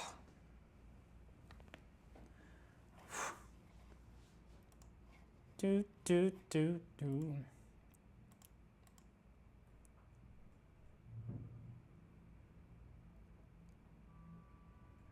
JC16. What? Confused over there. I can't leave the game. It's the only game of this round left. So if I leave the game, you're just watching nothing. But that's probably a good call. Liam Shez, let's go. Nice to see you sub up there. So let's see. Queen d7 check. Oh, the pawn did go to h5. Whoever said that earlier, I'm upset with you now. Halvard, I know it was you. Stefe94, yeah, Meyer lost to Vuga Rasulov, who's in great form today. Really good chess from the Azeri Grandmaster. So finally, this game is done. By agreement? Are you kidding me? You don't play this long and then draw by agreement, right? If you're gonna do this, you play out until the game is over, right? Like you make a little progress and then, oh, let's agree to a draw. Not cool. Really not cool. So Vuga Rasulov is playing with the black piece against Renato Terry Lujan, and Renato Terry, what should we call him? RTL? Yeah, RTL is a renowned Blitz player on the Chess.com server. Incredible talent, honestly. We have Mkhitaryan with 6 points. Somewhere down the line, we'll have Nakamura. Ooh, Kamsky-Meyer. That's a great match. I'm going to flip the board here because I need to see it from Kamsky's perspective. Positional whiz that he is. And okay, we see Kamsky, Meyer. I just changed this. Why does it always go back?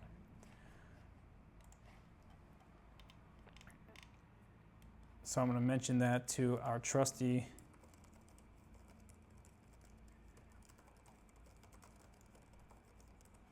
all right. But all right, chess, chess, chess. So with the black pieces, Meyer has turned a queen's pawn opening, a d4 game, into a French-like position. So you know how I feel about the French, right? How do I feel? Not good. In fact, there's going to be an emote coming to my channel to express just how not good I feel about the French. So Meyer's thinking here. There's going to be some problems on this diagonal with this rook. So that's why I took the knight, to cover the e4 square.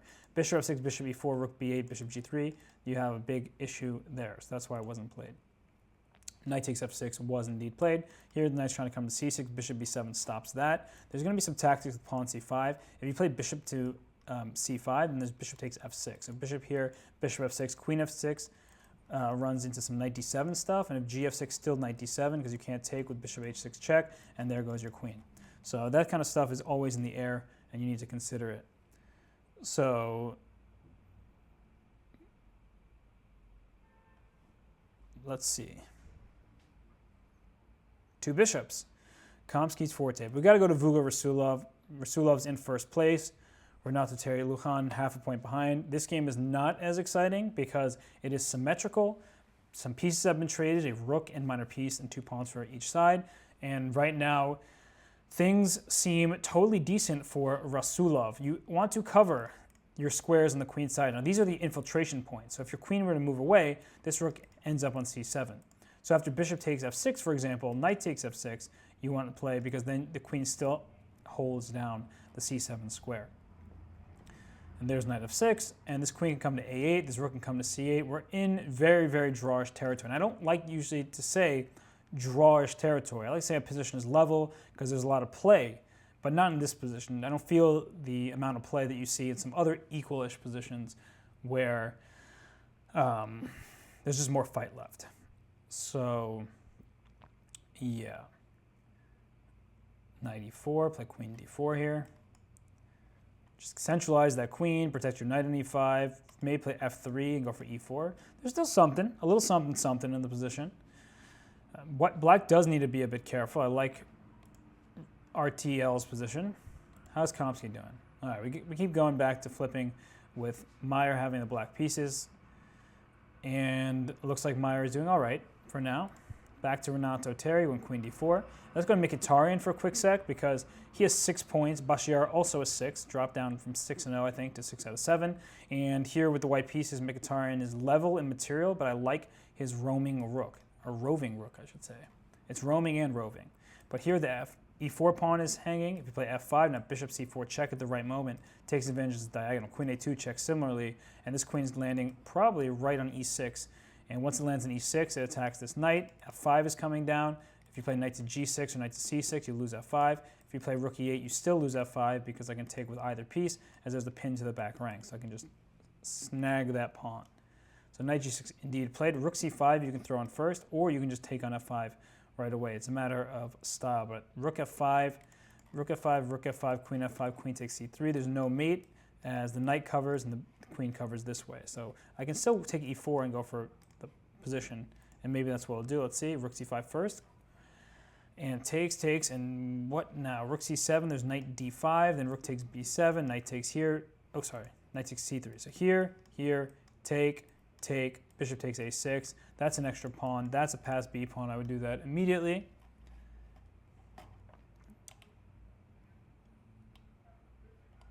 Ba-dum bum ba-dum bum bum. Dee dee dee dee dee dee dee dee dee dee. I hear the ambulance. It's coming. Is it coming for Vuga Rasulov? I don't know. Rook d8's coming for Rasulov, though. We see that Nakamura is playing against Khalil Musavi. Looks, well, down in exchange for Nakamura, and he has to choose between rook a4, which looks very good, or knight takes e6 and winning this pawn. So he ends up with doing this. Now he's down in exchange, but has 2 pawns forward. This bishop can come to c3 to put pressure on a third. Let's go back to, whoa, what is Rasulov doing? Rook d8. Where's this knight going? What? Why? How? Ah, he put his knight on g5, where it has no more moves. So Renato Terry Lujan here, about to have a nice upset, and this knight is trapped. I guess it's a card. Can't speak. It's hard to call it an upset when RTL is higher rated in Chess.com Blitz, but he's an IM, his opponent's a GM, and Vugo Vasilov has been playing so well in this tournament. G5, desperate. Can just take this knight on h3. You can even play a move like knight g4 first, as the queens are just getting traded, but all right. Interesting. You could play queen d2 here. And the point of queen d2 is after rook c1, queen here, I take this pawn with check. We trade queens. I'm up a pawn in an endgame. Should be close to winning. I can take this rook as well and then go rook and 2 minor pieces against a queen. And that should also be good for white, but it's much more complicated. So I think the move queen to d2 or queen to e3, one of these moves, probably queen d2 just to keep options in the d file alive. And there it is. Trading on c1 is forced. You take on e5, then I take here first. You take with the bishop. I play queen d8 check, pick up your bishop. So we're going to see rook takes c1. And actually after rook takes c1, there might even be knight g4 as an intermezzo. But I wouldn't do that. I would just take and trade. Wait, what? Take on c8. Game over. Queen d8 check. Free piece. Thank you for the bishop. And what now? You're threatening one check. It's not even mate, but that's smart to bring the king back, as this queen can always come to c4 to defend the bishop. So just take it back. Winning for Renato Terry Lujan. And it pushed this pawn to b5 at the right moment. It's like the last, okay, queen f2, threatening queen g3 check, forcing queen exchange, put this pawn on b5, that way it's never hanging. Then play bishop c4 to d5, then play queen g3 check, and you're just winning in all sorts of directions. So bishop f1, a little bit more passive, making sure that the queen can attack this bishop, and then queen g3 will be played. Now king h3, then bishop c4, then queen g5 check, things like this, easily winning. There's one pawn takes care of 2 on the queen side, and it's just 3 on 3 over there on the king. So this is easy. Now bishop g2. Okay, bishop c4, also good. Bishop e6. There it is, h4 check, king h3. Take this, you can even take this pawn, but bishop, king g5. So play king g2, king f4. Okay, it's gonna, this bishop should be here. Yeah, so it should be back here. It's a good way to protect it. So bishop b3 is an option. But instead he's going to keo here, he's going to take it. King h3. And he'll take it, and then he'll bring his king right around here and finally win this pawn.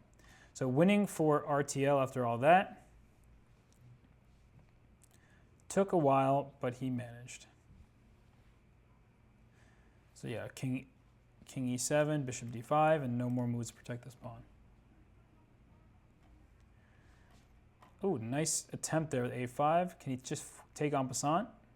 He doesn't. He could have, but here bishop b5, and then he's going to win this pawn, and then this pawn's promoting. So king f6. That really doesn't matter, but now the king has the possibility of just moving back, but push this pawn to the queen. e7, e8 equals queen with check, and resigns.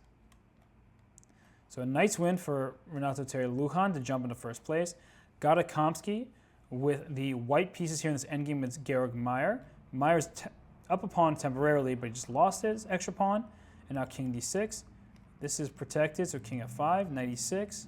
Knight b5 is even better, hitting this pawn. And now knight d4 check. Should be a draw, is my feeling here. But this a pawn can be a bit of a nuisance, although king e8, then king c7 just to block it. You don't allow this king to d8, this pawn to go. So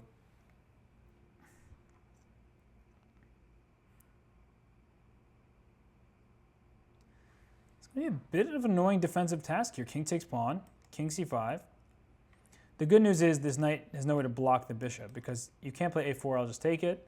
And so I can just keep moving my bishop for a while. And now king b4, I can always move my bishop away. And just don't blunder. Don't walk into a knight fork. That's important. So keeping the bishop as far away from the king as possible is generally a good thing. Put this bishop on e8, stopping pawn to a4. This is just an easy draw now. So let's see whom else is playing towards the top of the standings. I see many good players up here. So Kamsky, we're watching that game against Meyer. And I don't really too many top games remaining, I guess. So we should stick here for now. Draw by agreement, Kamsky and Georg Meyer. So one of these guys will have to beat Renato Terry Lujan. How did Nakamura do? He won. Okay, so he somehow won his game against Khalil Musavi. He was exchanged down for a pawn. Now he's exchanged down with 4 extra pawns. So easily winning at the end. And Krikor is playing. Krikor with the white pieces. He's trying to get his pawns rolling, but this is an annoying pin on the rook. So knight g1. Oh, knight g1 hit that rook here. Missed opportunity. The king wants to be sitting right here. It's not going to get there. Oh, rook a3 check. Rook a3 check. Pick up the rook. Tragic blunder for Krikor. It's going to be a draw now because once the rook takes this on h3, the king sits on e5, and the rook can just go sacrifice the pawns, and it can't move. Scott Tag, appreciate it. I'm glad you're enjoying. You know, I gotta be fast, but most importantly is you're learning. That's what I'm here for. J Chess, Andy L Cow, Tsao. I don't pronounce the name. Just checking out the Chess.com TV. Aviel, I do live in New York. J Chess singing some Bruce Springsteen. Just playing catch up while we see the end of this game here, which should be a draw. So yeah, I'll be back tomorrow night doing some Pro Chess League commentary as well. So this is not like you see me and I disappear. I'm doing tomorrow. I'm doing Thursday commentary, Pro Chess League as well. One of those days will be with Anna Rudolph. The other will be with Alexandra Botez. It's going to be a grand old time. So this game is a draw, which means we're on to round 9. Round 9, here we go. Oh, still one decision. One game left. Oh, this is just like Kamsky against Georg Meyer. We have one pawn and a knight against a bishop, but the bishop just covers the square, and the king actually here is better placed than Kamsky's was.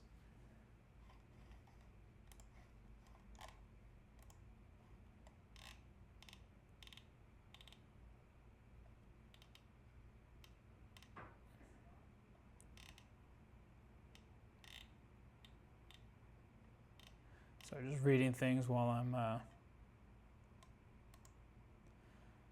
just reading some things from the Chess.com staffaroos. Wargy, what's up?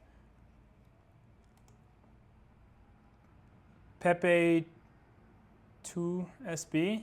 No, it doesn't include Anna, but I'm going to make sure to have it by the time I do commentary with her. And I think I'm going to commentary with her Thursday in the early rounds. So I will definitely add that to my batch of emotes.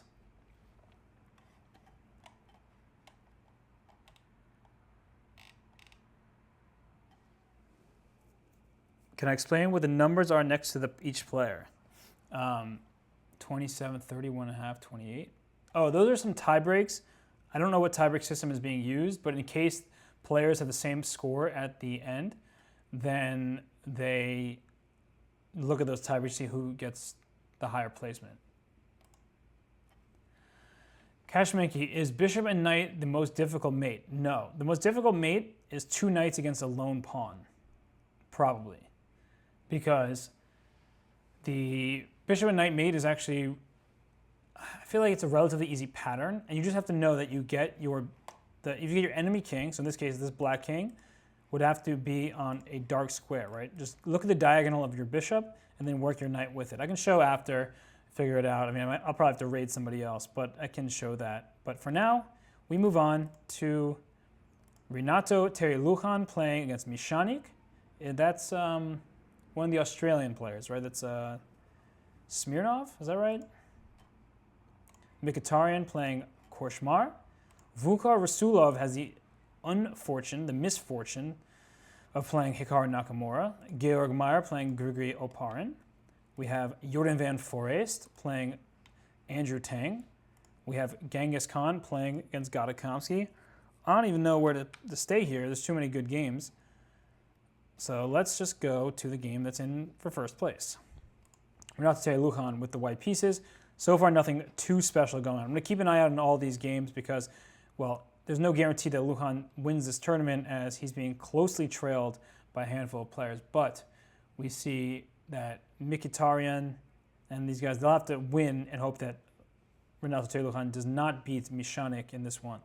So bishop takes e3 is sometimes a threat with knight takes e3 to follow, forking queen on d1 and rook on f1, right? So if I take on e3, take back with the pawn, they take with my knight. So queen e2 defends against that, leaves some flexibility. This knight can go to d2, there it goes. This pawn is going to go to b4, this knight's going to go to e4 to hit this bishop and gain the two bishops advantage. Now I've talked at length before on certain positions having two bishops isn't necessarily an advantage. Here it is because there's a lot of open space, right? This diagonal and the second diagonal, the bishops are aiming right at the king. So knight e4 was played by Renato Terry-Lujan. Good move. And for black, you're not really worried about the capture on c5 because you'll take back with your knight. What you are more concerned about now is pawn to b4, bishop b6, knight d6, queen d6, because then your queen's on an awkward square because then rook d1 is timely, rook to c1 will follow next, and once your knight on d5 gets kicked, you have to be worried about things coming to c7 square. So knight to f6. That looks like a very good move by Mishanik because you're opening up an attack on this e4 knight. If you take on c5, you take back the knight on c5, you open up your rook to the d3 square, and then you can plant your own knight on the e4 square. Okay, so b5 is certainly something to consider, trying to get at the b3 pawn. I don't think that is too favorable, so bishop d5 is even better. Things looking good. Hikaru's game might get crazy. Let's see. So Hikaru is just can play rook takes h2 here, and thereafter queen g5, after king h2, knight g4 check. I was mixing up two things in my head, but I was after queen g5 is rook over. So this is looking really nice for black. It's a free attack, right? Because black's not even down a pawn for an attack that's about to rage on. Let's see how to continue here. Rook h5 doesn't make sense. You lose g7. Maybe this rook to h5, because if there's this rook, queen g7, rook h7, your queen has no moves. Can't go anywhere in the g file, can't go to f8, so it would trap the queen. That'd be really nice, actually. So g6 play, just shutting that queen down from the g7 pawn. Actually, that pawn wasn't under attack. If you took it, rook g8, trap the queen. Oh, f7's hanging. So that way doesn't work. And I missed and forgot, I guess, that f7 is hanging and the h7 square doesn't. Okay, all that stuff doesn't work. So ignore me. I make mistakes. Thank you, FMJ Stearman. Forgot about that bishop because I thought white's, wait, take it, check it, king e2. Okay, so you're making out just okay here, but queen b4 hitting the c4 pawn, while also hitting this e1 rook feels good, man. Sometimes feels bad, man, but here feels good, man. This is great for black. If this queen moves away, this knight comes to g4, threatening, oh gosh. So knight g4. This looks, it's kind of painful. I would play this move. I don't see how white fends it off. You play rook e2. Looking real sketchy over here. I don't see the knockout blow quite yet. I'm trying to figure it out. But let's go back to, Renato Terry-Lujan and Mishanik drew their game.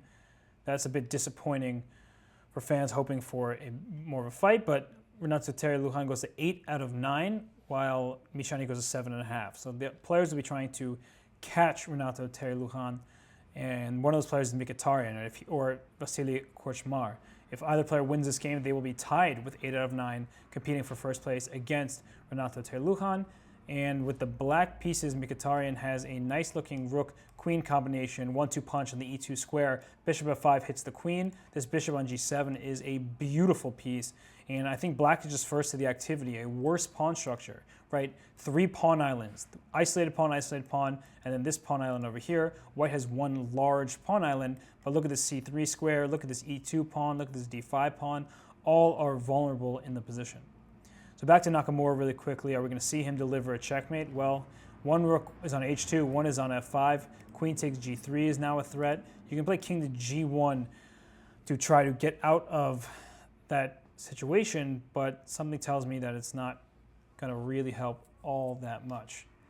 So king g1, what's the follow-up for black?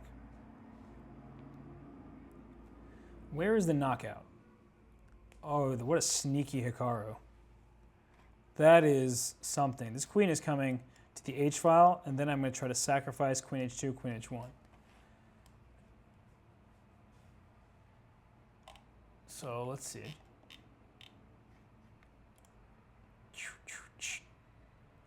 Yeah, Steffe, I'm reading the chat. Don't worry. FIDE trainer. I've been looking at the chat. It's just hard to commentate on Blitz and look at the chats and all that. Ooh, so take here, and then this king is going to be in harm's way with the open d file. Whoa, it's all happening. So dc6. I guess there's no follow-up check after dc6, so even with like f3 was possible. It said knight d4, and knight e3 check, you just take it and then take this rook. So queen h8, threatening rook h1 mate. Now rook takes g2. How? Knight e5? This is certainly tempting. Attacking this queen on d3. And the point is, once you move this queen to c3, I take, check, shake and bake. Here, here, here. Looking good. Rook e5 played. Now this piece is just hanging directly as this rook is pinned. Take on c6, okay. The good news is knight covers the d7 square, so you can probably just get away with taking on g2 here. Take on here and then play with like probably king c7 as the follow-up. So like takes here, king c7, you get one more check in, I go, oh, maybe that doesn't work like I thought it did. Maybe I can take that knight though. So if knight b5, here, queen d6 check, king takes b7, and black is holding on. Should be a winning position here. Okay, now queen h1, or just, there it is. Rook e2, queen d5 check. Nice. Queen somewhere, maybe f3 is possible. Yeah, forcing the king to the corner and then putting the knight on e3, trying to come to c2, hitting the rook here. So you need someone to get this queen into the action. The queen can't get to the c file. Knight f to d5, covers c7. Okay, this also covers the knight on e3. Knight d5 come next. Here comes the ambulance. There it is. I hear it. Ambulance time. Ambulance time. Save the people. Bam. So, okay, queen on e4. This f-pawn wants to start running down the board, but as soon as you touch this f-pawn, your king feels more vulnerable. Ooh, queen a6 check with the mate to potentially follow. So bring, how to do this? Queen c4, king b1, knight, this knight's e3. So king b8, queen d6 check, queen c7. So this king and pawn endgame, Hikaru is relying on it being winning. I'm not so sure it is. Queen takes, king takes, rook c2, everything takes. I don't think it's winning. So now a5 check is a threat because the knight on e3 was hanging. Crazy game, frankly. Knight b4 doesn't work, okay. Trying to make it work. Oh boy, king b4. Wait, take on c2. At some, playing a little bit too scared. Knight b4 check. Queen e5 check. Queen knight c2. Takes. Queen a1 check. Wait, but this is not winning. King b4, king c2, e5. Because you can't take this pawn. If you take that pawn, then the pawns start rolling. Unless he's got king d4. Look at Hikaru go. a5, I just bring my king back. It's in a timely manner. This is a crazy game. And if king f2, e4, what? That can't be good. King c4 just wins. So a huge blunder by Vugar Rasulov. In time trouble, nervous. Hikaru playing fast and well. King takes b4, wins all the pawns on the queen side. And my f-pawn's rolling, so you can't take on e5. So right here, Hikaru was relying on his king to win him the game. But after king f3 here, yeah, it's already very tough. But I was wondering if somehow you can just keep the king here. And after f3, here you have a5, b6, check, takes. I guess, yeah, something like this doesn't quite win. Maybe there's better timing, but something like this seems that it's not winning for black after all. But nicely done by Hikaru Nakamura. Now we have an endgame here. Kamsky with the black pieces against Genghis Khan, or Genghis K, I should say. And this is looking like a complete and utter draw. Naroditsky's playing against Wittek. Draw. The Chronicles of Wittek. Ooh. Oh, I thought this pawn was going this way, but it's going that way. That king is not exactly a happy piece. We bet to see some crazy knight checkmate, knight b8 check, no, knight c5 check, or knight c. No, no mates.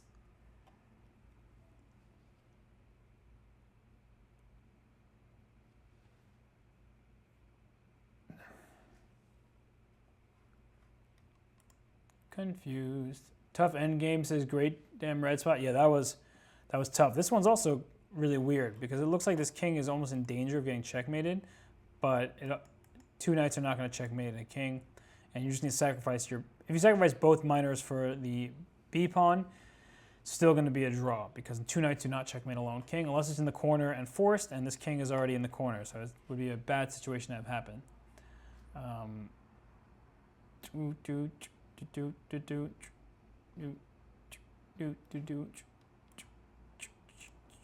So let's see. Still checking forever. Manuel Patrocian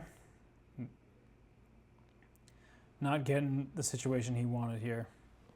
Checks forever now because you want to keep your king staying protecting this pawn, but after knight e6, now I can take this pawn. Thank you. Take it. Don't leave it. Knight f6. Hit this bishop. Try to win some material. Oh, but there's knight c5 check. Draw, draw, draw, draw, draw.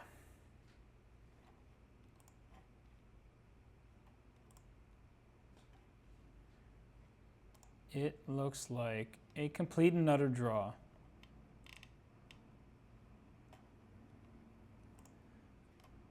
All right.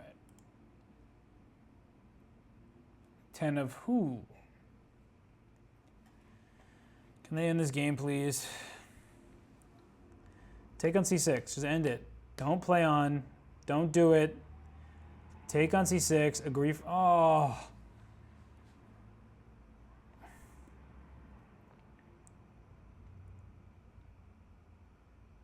Now I have the song River by Leon Bridges stuck in my head. So before it was Disney, now it's Leon Bridges. Why is this happening?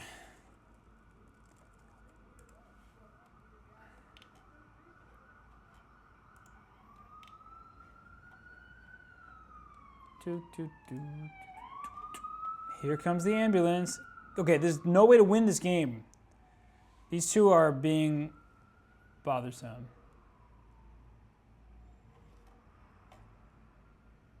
Boom, boom, boom, boom. Bum, bum, bum, bum. Game needs to end. Please end.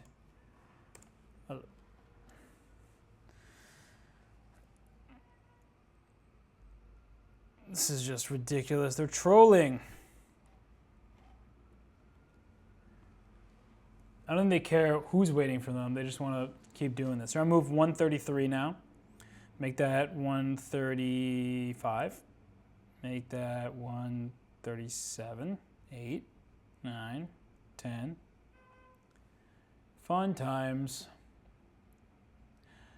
Chess gremlins, because you can actually checkmate someone with a bishop against a knight, right? So if you can imagine that black puts the king on h1, the knight on g1, and white's king is on g3, bishop g2, you can actually checkmate someone. So it would take ridiculous play to get there, but it's still technically possible, and you know how chess players are. It's all about those technicalities. Okay, this is really annoying now. 157. I need to get ready for this final game. So we're going to see Mkhitaryan versus Renato Terry-Lujan for first place. Hikaru will be upset that Mkhitaryan won his game, as he would have had a chance to play Renato Terry-Lujan for first.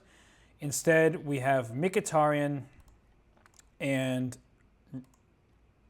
RTL playing for first place. Oparin Nakamura going to play for second, as with Mishanik and Genghis K, as well as Japi, who has now jumped ahead of Vugar Rasulov. So Mkhitaryan and Renato Terry-Lujan, of course they did, agreed for a draw immediately, an exchange French draw. So they share first at the worst. Congratulations to them. Way to do that and make that game as exciting as possible, right? That's a lovely way to finish what's been a fantastic event, is to see them draw in 2 moves. Ban the charge in basketball, ban the draw for in chess. That's where I currently stand, but I'm seated right now, so my word is just my word. All right, so Nakamura challenging Oparin center here. There's all these captures that can happen, but this c4 pawn is pinned. A lot of tension here. This knight can come to b5 at any moment, and it's up to Hikaru to figure out if he wants to take it on b5. Because if he takes on b5, then he allows these pawns to become more advanced, and eventually, if you have a pawn on b5, you'd love to somehow get knight to c6. Difficult story.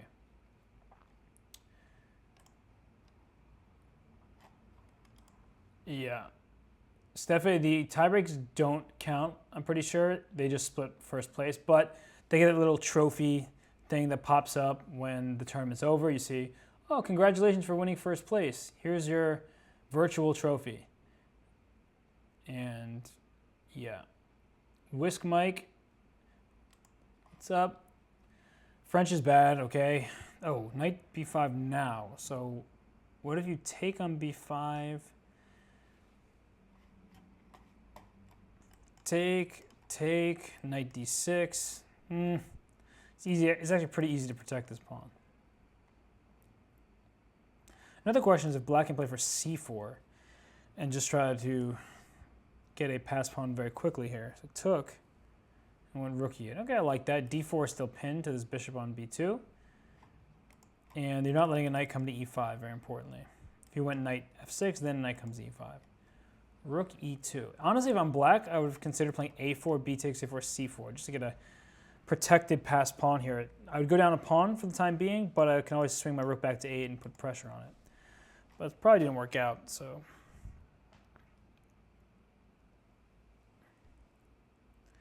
Rook c2. I'm definitely tempted to play for a4. Like if he takes here, my queen can come to b4. Looks adventurous. Not my pawn, so I can feel free to sacrifice it.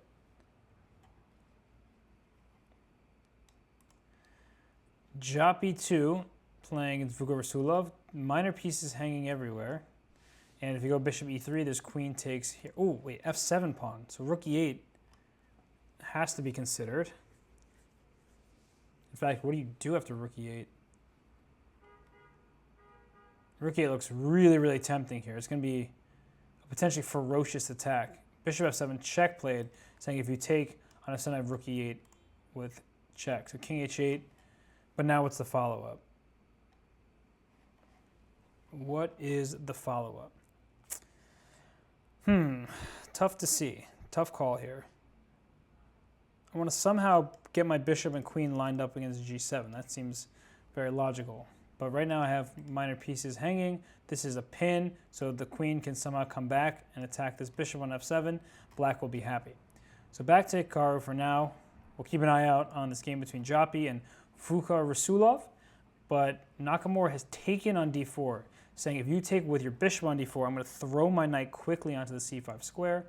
And if not, you take with the pawn on d4, you have an isolated pawn and double isolated pawns here, and this queen coming to b4. And I think I need to say no more. Not looking good. Bishop h6 is nothing. Yeah, bishop h6 right away was nothing because my queen covers the diagonal. But now after these queen h5 move, which protects this knight, and now is going right for the h6 pawn, it's looking very scary for Rasulov. Not to mention knight g5 makes use of the fact this pawn is pinned, and then queen g6 trying to slither in for checkmate. A little Tom Riddle, if you will. Mishanik, Genghis K. Both players can tie for first place with a victory in this game. d6 pawn is ugly. Knight on e4 is a unicorn, and not the basketball type of unicorn, but legitimately just an amazing piece. So I would consider taking on b6, playing queen a4, and once my queen gets, wrong way. Once my queen gets to a4, trying to go to e8 and deliver some checks and go after this d6 pawn. So looking really nice for Mishanik in this game. What just happened here? A trade, took on a7, trade of queens and f7, opposite color bishops. Slightly better for white. Great bishop in the situation here. Not a great pawn structure. Swiss cheese on this side of the board, but okay, still plenty of work left. Nakamura with the black pieces. Grigorio Parin, his position looks absolutely terrible now. b5 is directly hanging. f2 sacrifices loom because then I can throw my bishop on the e3 square. I can play knight to d2 at any moment I want. Just looks interesting coming after the b3 pawn. Is protected by the bishop on h6. What else is possible? They say anything is possible, but specifically in this position. So checking out what's going on here. Steffi, you're right. Hikaru will be tied for first if he wins.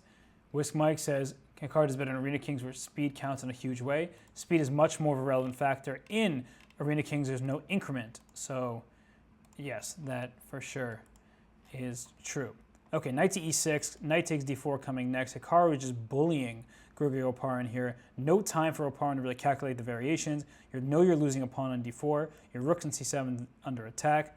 Now knight takes d4 also has this b3 pawn in trouble, has maybe some checks in the e2 square. Knight d4, rook b6, knight e2 check, you go king h1. Then I take on f3, excuse me, d3 with queen takes, knight takes f2 checkmate ideas. So at some point, white is going to very likely exchange queens in the position, but then my knight can jump in and go after the b3 pawn as well. So Hikaru doing work. I like that. Taking this pawn with the tempo on the bishop on a3. And now knight c2 is coming. Yikes. Fork town. Have to move the rook, but you can't move the rook anywhere to protect the bishop, as a2 is covered. So it's just completely losing for Oparin here. Take this rook if you want to. You can also take this bishop if you're feeling comfortable. Oh, knight e2 check, even better. Now you take this bishop for free. Or you take, rook e1 check at the end. Nice. Knight b4, rook e1 check intermezzo. And then you take this knight and you're up a full rook. So resignation will not come too early if you choose to do it now. Nice finishing touch. Exchanging the rooks because otherwise you lose b6. Now trading them, bishop can go d4 to a7 and then push that pawn. Push him, baby. Oparin resigns. Hikaru Nakamura jumps to 8.5. Rasulov and Joppy 2. That's Jordan van Forest. Jordan van Forest, I think, should be winning this game with the 2 pawns here on the king side. Just start pushing them up the board. So push this one to f5 and try to get your king darting over to the queen side. So c5 is an attempt to come after this pawn, but you're not quick enough. I just start pushing my pawns up the board, and, well, your king will be over there on b6.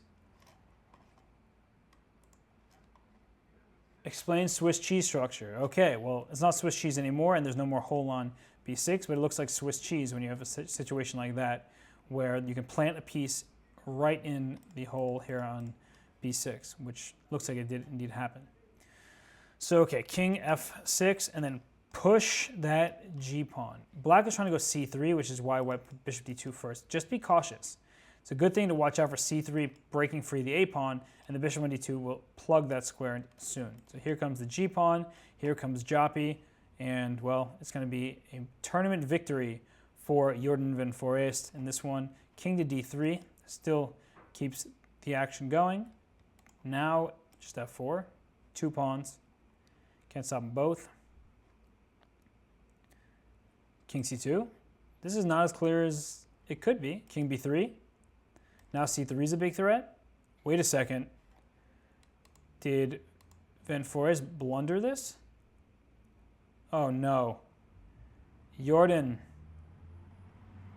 No, Jordan, take it, take it. Take king e6, do it. Oh, how did that happen? Get to the end. What did he do? He allowed them both to queen. Oh, look at that finesse. Take, queen, queen, queen c4 check, wins the queen. With a tactic like that, Vugorovsov does not tie for first. He was too far behind, but that is a beautiful tactical sequence by Vugorovsov and not good if you're Jordan van Foreest. King runs back now. They can't stop this king. Queen h5 check. King there. Queen check. Here. King here. Check. King j8. King e6. Queen check. Okay, check. Specific check didn't matter, I guess. Check. King here. King here. And then queen h7 is threatening mate. And if you move the bishop away, queen h7 wins the pawn. So just going back to this position very quickly, I thought after c3 you take, you lose your bishop, and then you play king to e6. And the reason why king e6 is you stop this bishop move, and this bishop move you still push. Bishop e4 is f5. So you've 2 pawns going very, very quickly here, and I'm not sure black is able to handle all of them. You can try some bishop c2, g7, here, here, here, f6, a3, f7. I mean, there's no way white can lose this position. So it looks like a missed opportunity for Jordan van Foreest. I think all of the games that are important that impact the standings are done. Bishop b5. Let me go back. Where was that? So since all the games that impact the standings are done, so takes, as a king e6, bishop b5. But can I just do the same thing, like f5, here, f6, here, f7, something like that? Like, can I just get my queen? It's complicated. Yeah, this is actually really complex, but now my queen is this check, picking out the bishop. I don't know. Too much to calculate. I don't want to calculate anymore. I've been calculating for a couple hours. Let's go to Vugar Manafov. Manafov, mouthful there.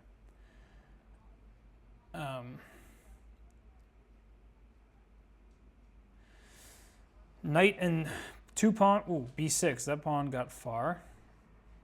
But I don't know if it's going to get to king a6. Uh-oh. Knight a5. King b8 only moves. c7 check. King back to c8. Looks like not enough.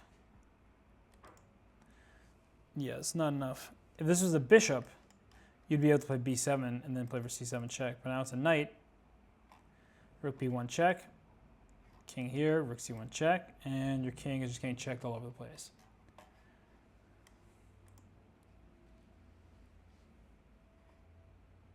So looks like a 4-way tie for first. Mkhitaryan, that's Haik Martirosyan, who tied for first in the recently concluded Aeroflot Open. Renato Terry Lujan, who drew with Mkhitaryan in the last round very quickly. There is Genghis K and Hikaru, all of 8.5 out of 10. So great performances by them. And as soon as I look back at this board, it looks like this king is coming to... okay, that's a good move, rook c1. Because you allowed the king to get 1 square closer with king to d7. Rook d1 check would be meant by knight d6 check, interposing the knight and thus winning. Okay, this game is just over. It should be a draw. Rook takes b6. Why didn't you do that? Like, if you want to make a draw after your king here, just take this pawn to remove the guard of that second pawn. But instead, here, still going rook takes b6. Take this pawn, make the draw, let me go. Boom. Well, that's it, I think. That's all of the games. And Genghis K actually is the winner on tiebreak. So something in those last couple games jumped him to first place. Mkhitaryan in second, Renato Terry Lujan in third, and everybody's favorite, Hikaru Nakamura, the one, the only, the amazing, also was in that four-way tie. So I don't know how much money they win. Definitely more than $0. Joe Bruin, I'm well. Doing real well here. And thank you for your compliments. Chess Bay, thrilled about Hikaru. Hi, Chess Bay. Didn't even get a hi, just got a Hikaru. So that hurts a little bit, I'm not going to lie to you. But yeah, all in all, it was there it is. There's Chess Bay. Hi, Chess Bay.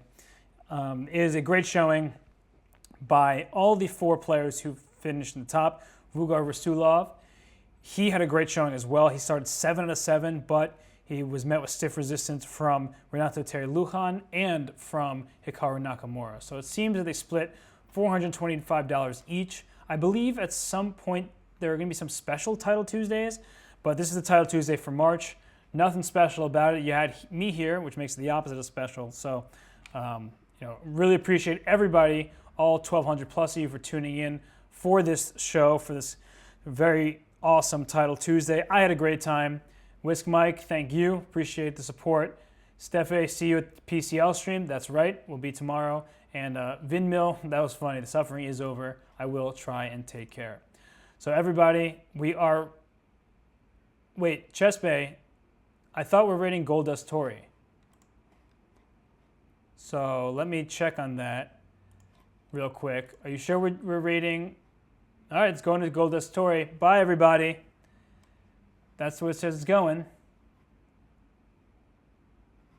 I'm out. I'm leaving here. GDT. It's the way to be. Am I gone yet? I want to go on. Do I press...